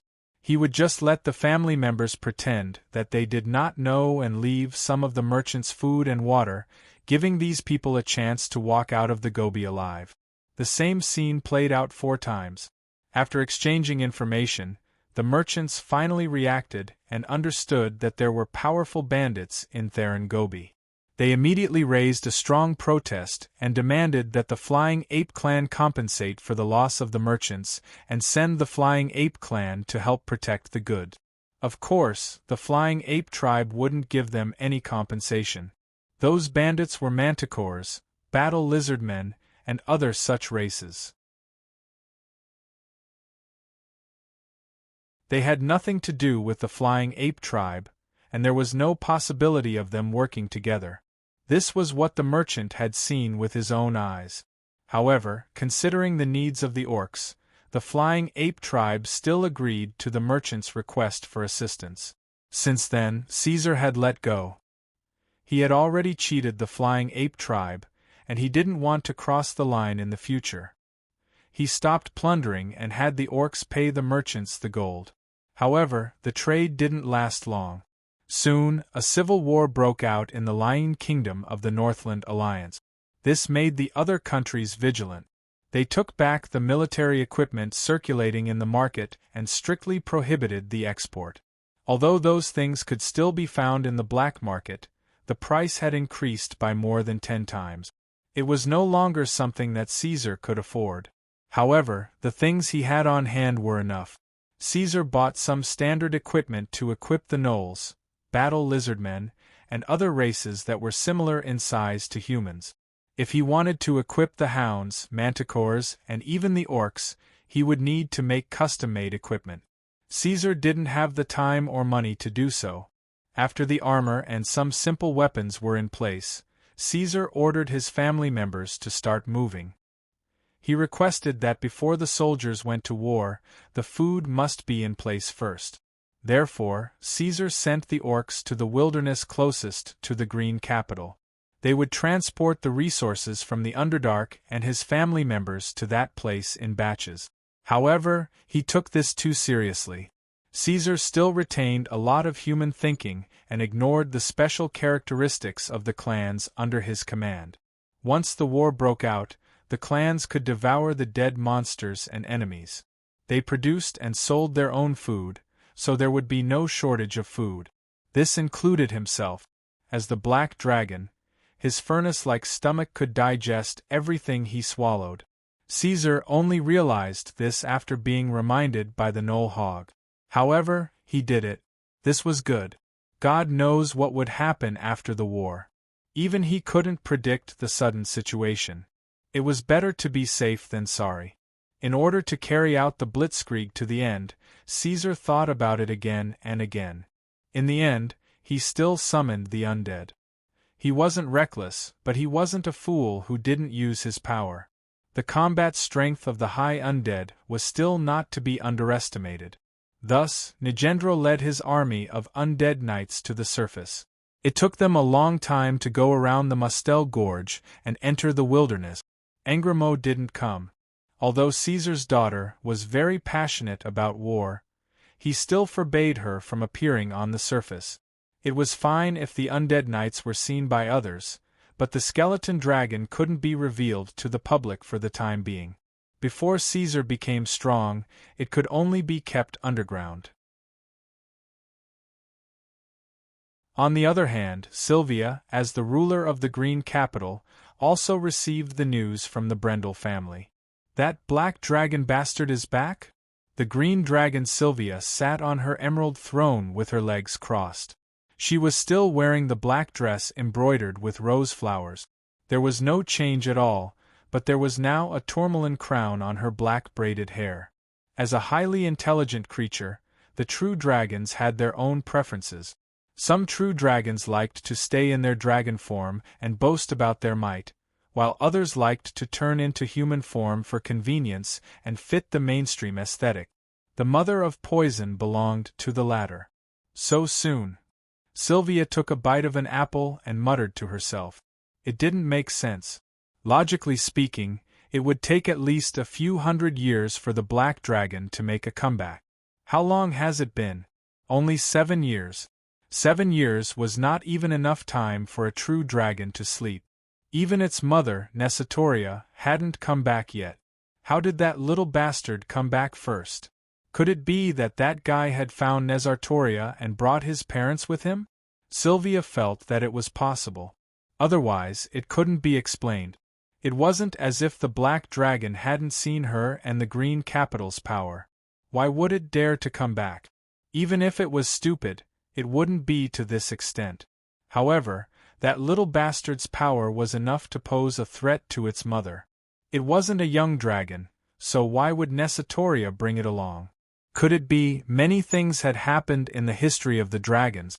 Sylvia smiled mischievously. It seemed that it hadn't realized the seriousness of the matter. Other than that, she really couldn't think of anything else that would give the little bastard the confidence to come back. A god's chosen? Stop fooling around. Her Majesty Tiamat wouldn't pay attention to the pentashade dragons below the ancient dragon level. Even she, the powerful mother of poison, had not won the Dragon Queen's smile.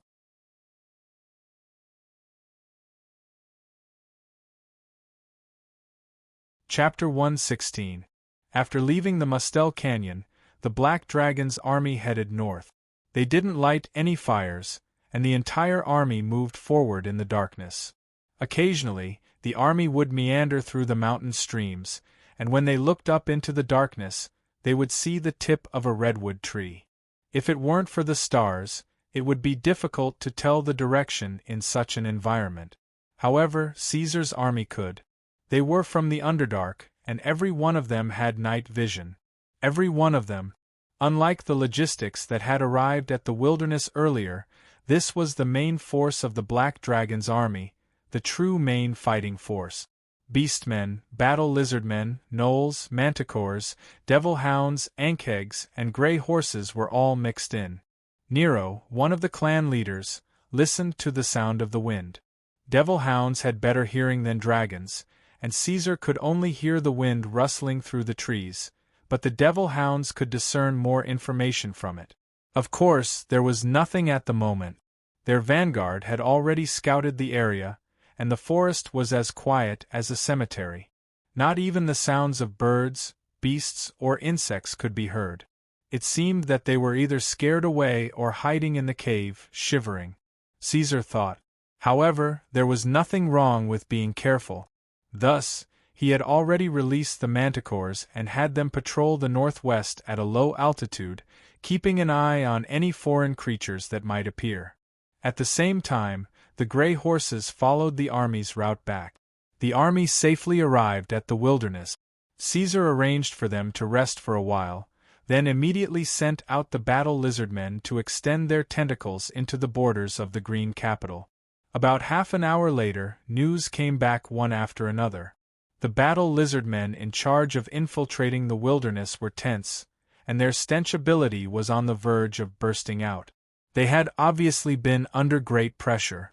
What they saw was not the green capital's rainforest, but a heavily guarded fortress. Caesar could even imagine the scene from the battle lizardman's description. Countless ogres were stationed outside the green capital's royal palace. Bonfires were lit, and savage thorned beasts were marching about, forming one blockade after another. Hanging from the majestic canopies of the ancient trees were a dense swarm of blood bats and wyverns, roaring as they patrolled the area. This was different from what Caesar had expected. It had been 7 years since the green capital's last baptism of war. Even the most elite soldiers would have relaxed after so many years, not to mention these lazy and greedy monsters. There was no reason for them to maintain such a high level of vigilance. This was neither logical nor common sense. Unless it was an order from their master, the mother of poisons, Sylvia. The green dragon was on guard. Did she know that the enemy would appear? His presence was exposed? The layers of relationships made Caesar subconsciously point the finger at Roy. He did not leave any traces on the merchant's side, so there would not be any problems at that link. And his own kin had never even seen a green dragon, so it was even more impossible for him to betray him. The problem could only lie in that rumor. Caesar hid in the dark mantle. The first time he made a move, the enemy guessed his identity and informed Sylvia so that the green capital would be on guard. How powerful! Caesar felt a headache coming on. It was troublesome to have such an opponent. He found that he had no way of smoothly ambushing the green capital. Even his blitzkrieg plan was likely to be ruined. "Please forgive us for our incompetence, my king," the leader of the battle lizardmen said to Caesar. Ogres had strong bodies and strong vitality. Unless they were killed in one hit to the head, the battle lizardmen would be strangled to death after being exposed. However, most of the ogres in the green capital had 2 heads. The thorned beasts were covered in bone armor and had astonishing defense. As for the bloodbats and wyverns, they had no place to attack. The battle lizardmen were of little use in this battle. We swear on our lives that no one will be able to discover our whereabouts.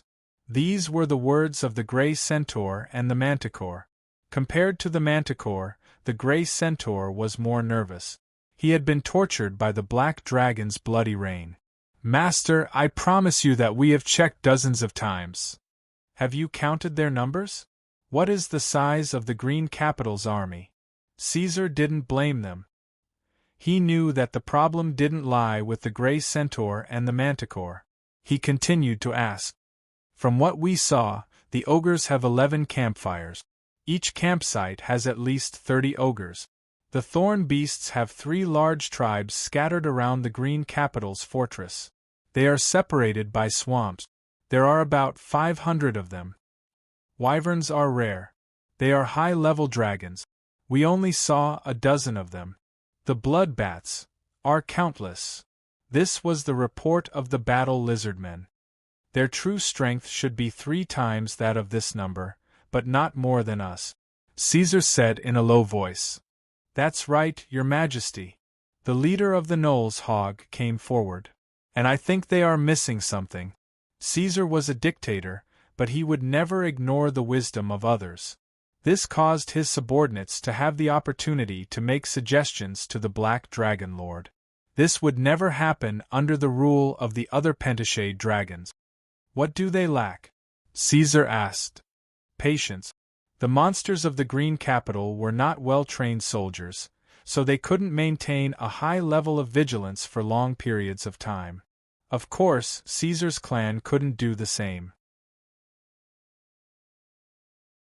This was the weakness of using monster clans as a fighting force. Then we will wait for 2 days. Caesar didn't have to worry about being discovered by the Green Capital. He had brought the earthworms with him.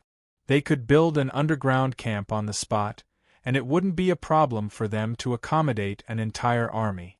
Moreover, the clans came from the Underdark, so they had no qualms about going underground. "Caesar, you can't fight the Green Dragon here." At this time, Luna, who had been staring at the rainforest for a long time, suddenly said, "The rainforest is the Green Dragon's home ground. Here, its ability to animate plants will be maximized."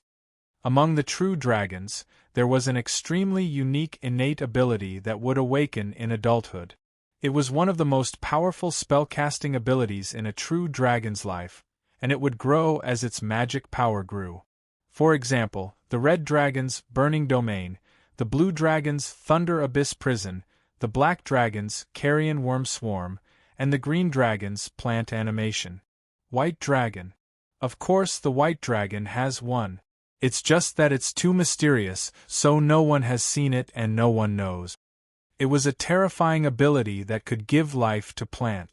It was an indiscriminate effective spell that could make all plants within a certain range come to life and fight for the green dragon. In a place with lush vegetation, this ability was extremely terrifying. The rainforest was the home ground of the green dragon. This was also the reason why Sylvia had moved from afar when the forest had turned into a desert. She had forcibly occupied the Black Dragon Lady's lair even if she had to start a feud. That place was like a fish in water to her. "It's fine, just burn it," Caesar said calmly. This was the simplest and most direct method. Before the battle began, they would burn everything.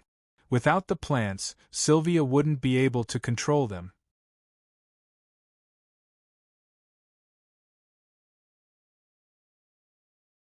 Chapter 117. Set it on fire? Luna's eyes widened. "Caesar, didn't you want to take over this place? If you set it on fire, the forest will become a barren land again." The Green Capital's rainforest had a good ecology and was rich in resources and vegetation. However, flames were unreasonable. Once ignited and not suppressed, there would be nothing left here.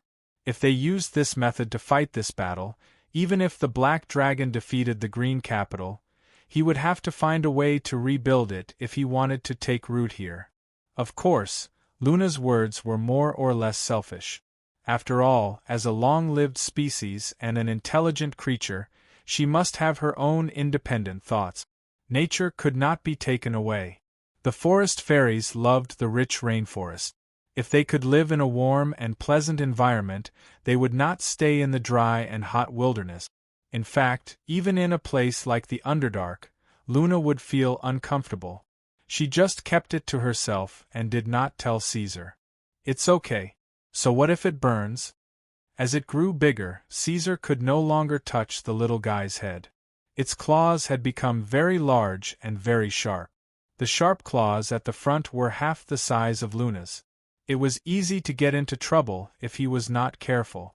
Touching its head was a pleasure. He had to find a way to solve it. You underestimate the power of Mother Earth. As long as the climate is fine, the rainforest will be restored to its original state in 100 years.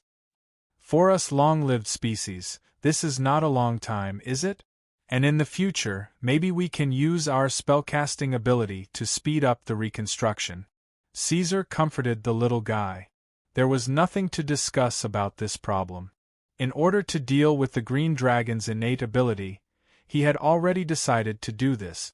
However, Luna's words did remind him that this place was the green dragon's home ground. The other side was prepared. If it was a surprise attack, Sylvia would have the absolute advantage. However, this advantage was only one aspect. From another perspective, Caesar could also turn Green Capital's advantage into a disadvantage.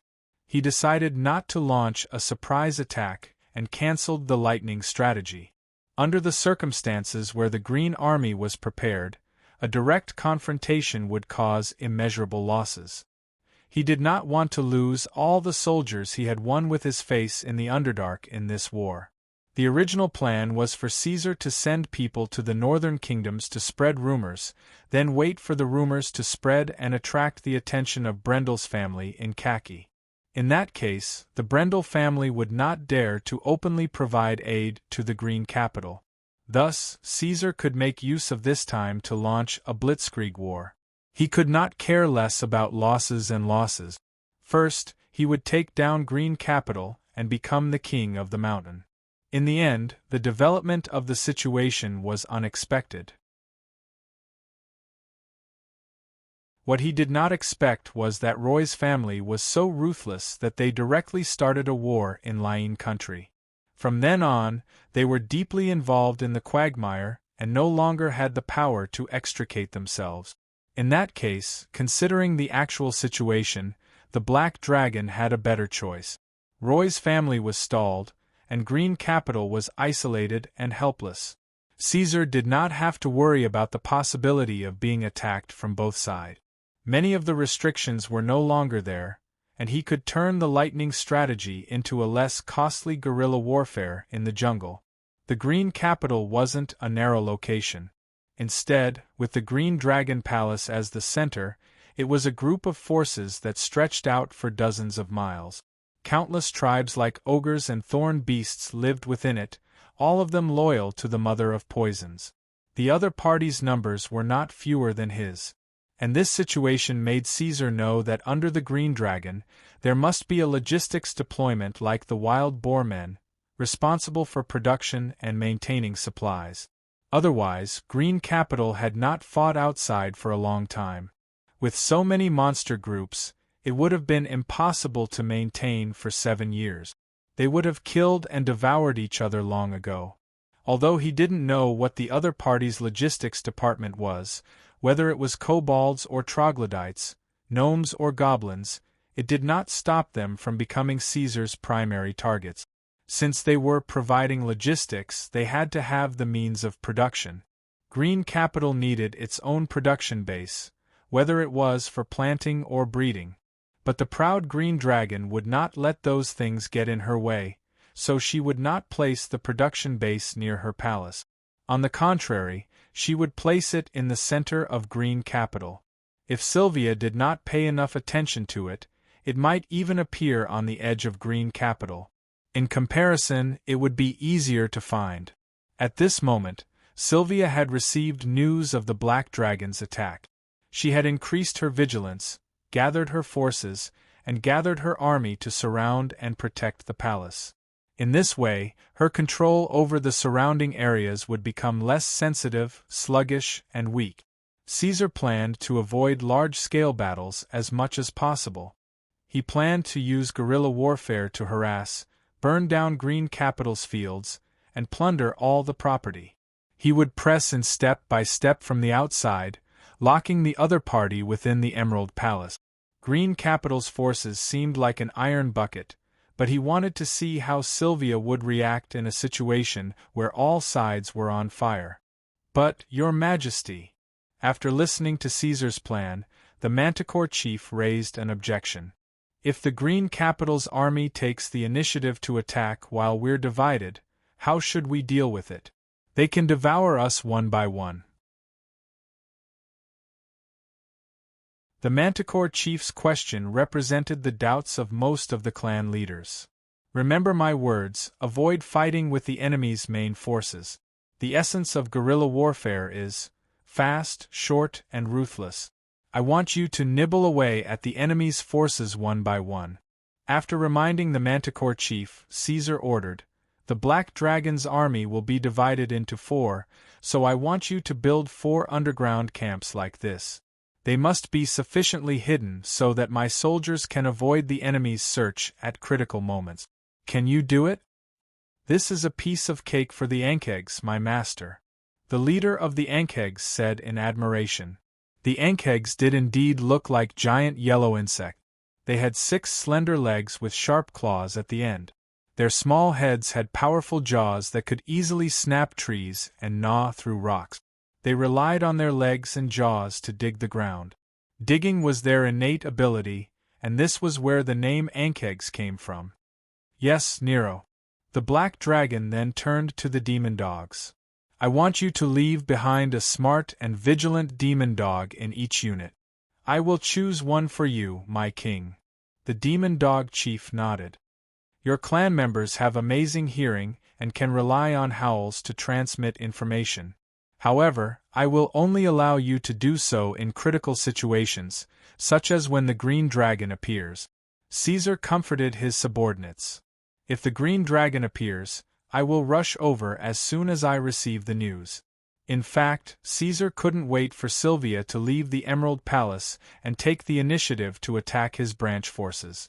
"If she dares to appear, I will wring her head off."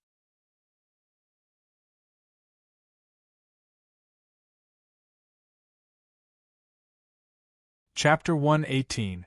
The dragon's thoughts were unconstrained and full of creativity, so Sylvia's Emerald Palace was not built on solid ground like ordinary palaces and castles.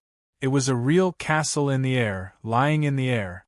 More than 10 towering trees grew again under the Green Dragon's magic, reaching a majestic state.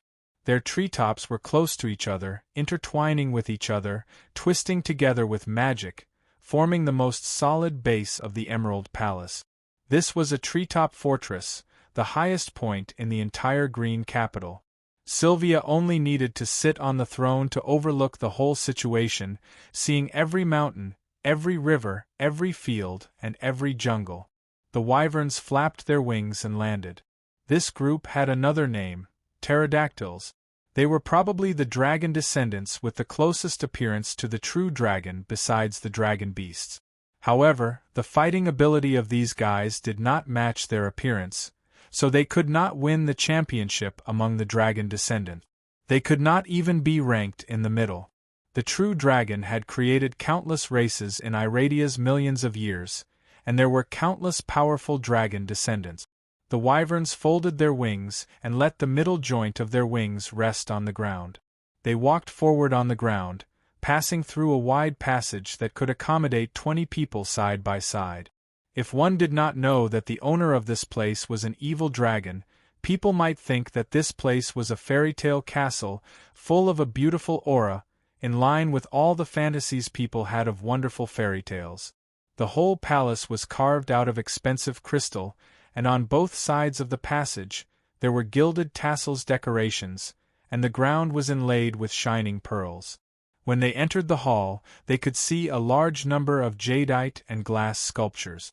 Moreover, the true dragon liked shiny things, so the hall was densely covered with colorful gems, so dazzling that people could not open their eyes. Sylvia's wealth was obvious. The green dragon had always had the highest requirements for the standard of the chromatic dragon's nest. They had a unique aesthetic, and they were extremely extravagant in terms of comfort and enjoyment. The boarder is being harassed. This is the third time today, my master. The two-footed flying dragon did not look at the woman on the throne. It lowered its head and said, "The enemies are attacking from all directions. Our area of activity is shrinking." It had just killed a gray centaur, and its teeth were still stained with dirty blood and minced meat. Its master did not like to see those things in her palace. Little black bastard. Sylvia leaned against the emerald throne lazily and rested her chin on one hand. Ambush, harassment, guerrilla warfare. Are you that unconfident? She wasn't angry at all about the twin-legged flying dragon's battle report. Instead, she was a little proud and felt that she had the upper hand. The fact that the other party didn't dare to fight her head-on meant that he didn't have the strength to face her head-on. He could only rely on these small skirmishes to annoy the great mother of poisons. Just like a child who couldn't get candy, crying noisily, childish and stupid. Sylvia thought. But why haven't you shown yourself yet? What are you waiting for? The mother of poisons changed her sitting position. Since the first attack, the battle had been going on for a week.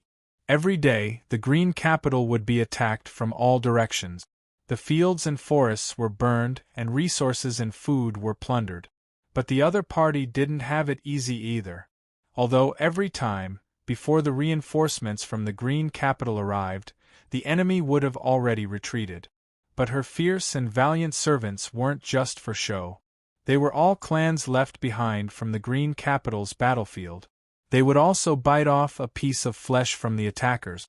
So every time, the other party would leave behind a large number of corpses. The green dragon, who had a strong base and backup forces, didn't feel that it was a loss.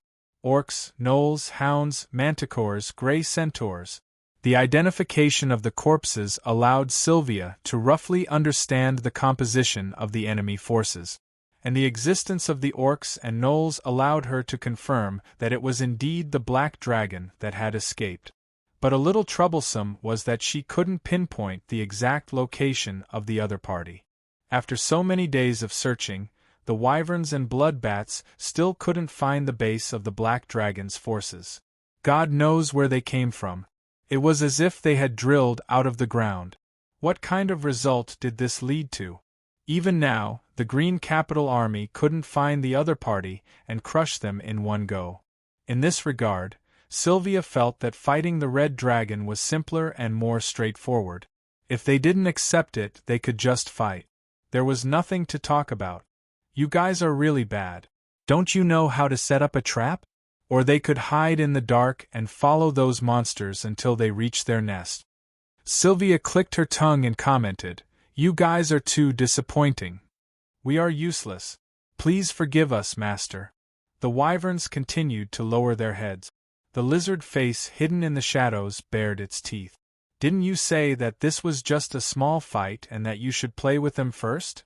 Well, in the end, the results weren't good, and you said that your own people were useless." "All right, I knew that you fools weren't smart enough." Sylvia pursed her lips. It seemed that they had forgotten her previous orders. She said again, "Inform all the clans to gather their subordinates. Don't send them to their deaths alone. Also, use a large force to clear this area and take back the land that is out of control." She was already tired of this game. One order after another was issued. The Green Capital, this huge beast, began to move its muscles. Also, give the ogres a mission. The ogre tribe was the main army that Sylvia relied on the most at the moment. Have them set up traps and give themselves away to lure the enemy to attack. Then, chase them to the end until they kill the enemy or find their nest. I don't believe that the little black dragon can really dig a hole in the ground." Sylvia mumbled and laid out this plan. She was not at all afraid that the ogre chief would encounter any mishaps. That three-headed ogre was quite powerful, and was her most powerful kin, her right-hand man. Even if it faced that black cub, the ogre chief would not be at a disadvantage. After all, that black dragon was only powerful in its special elemental resistance. Could be seen that 7 years was really a short time for dragons. The green dragon did not think that the black cub could be any different from before. She did not even think in that direction. She fell into a blind spot. Her judgment of Caesar was still from 7 years ago, and had not been updated. Of course, before she saw Caesar, she could not update it. "I understand, master. Please don't worry." The wyverns bared their teeth and retreated. Because of the green dragon Sylvia's playful attitude, these subordinates were very sullen. They had been restraining themselves and did not fight with the enemy. They took the initiative to find an opportunity to attack. You're tuning in to the Phoenix Knights YouTube channel. Don't forget to subscribe and join us on this journey to catch the most captivating stories.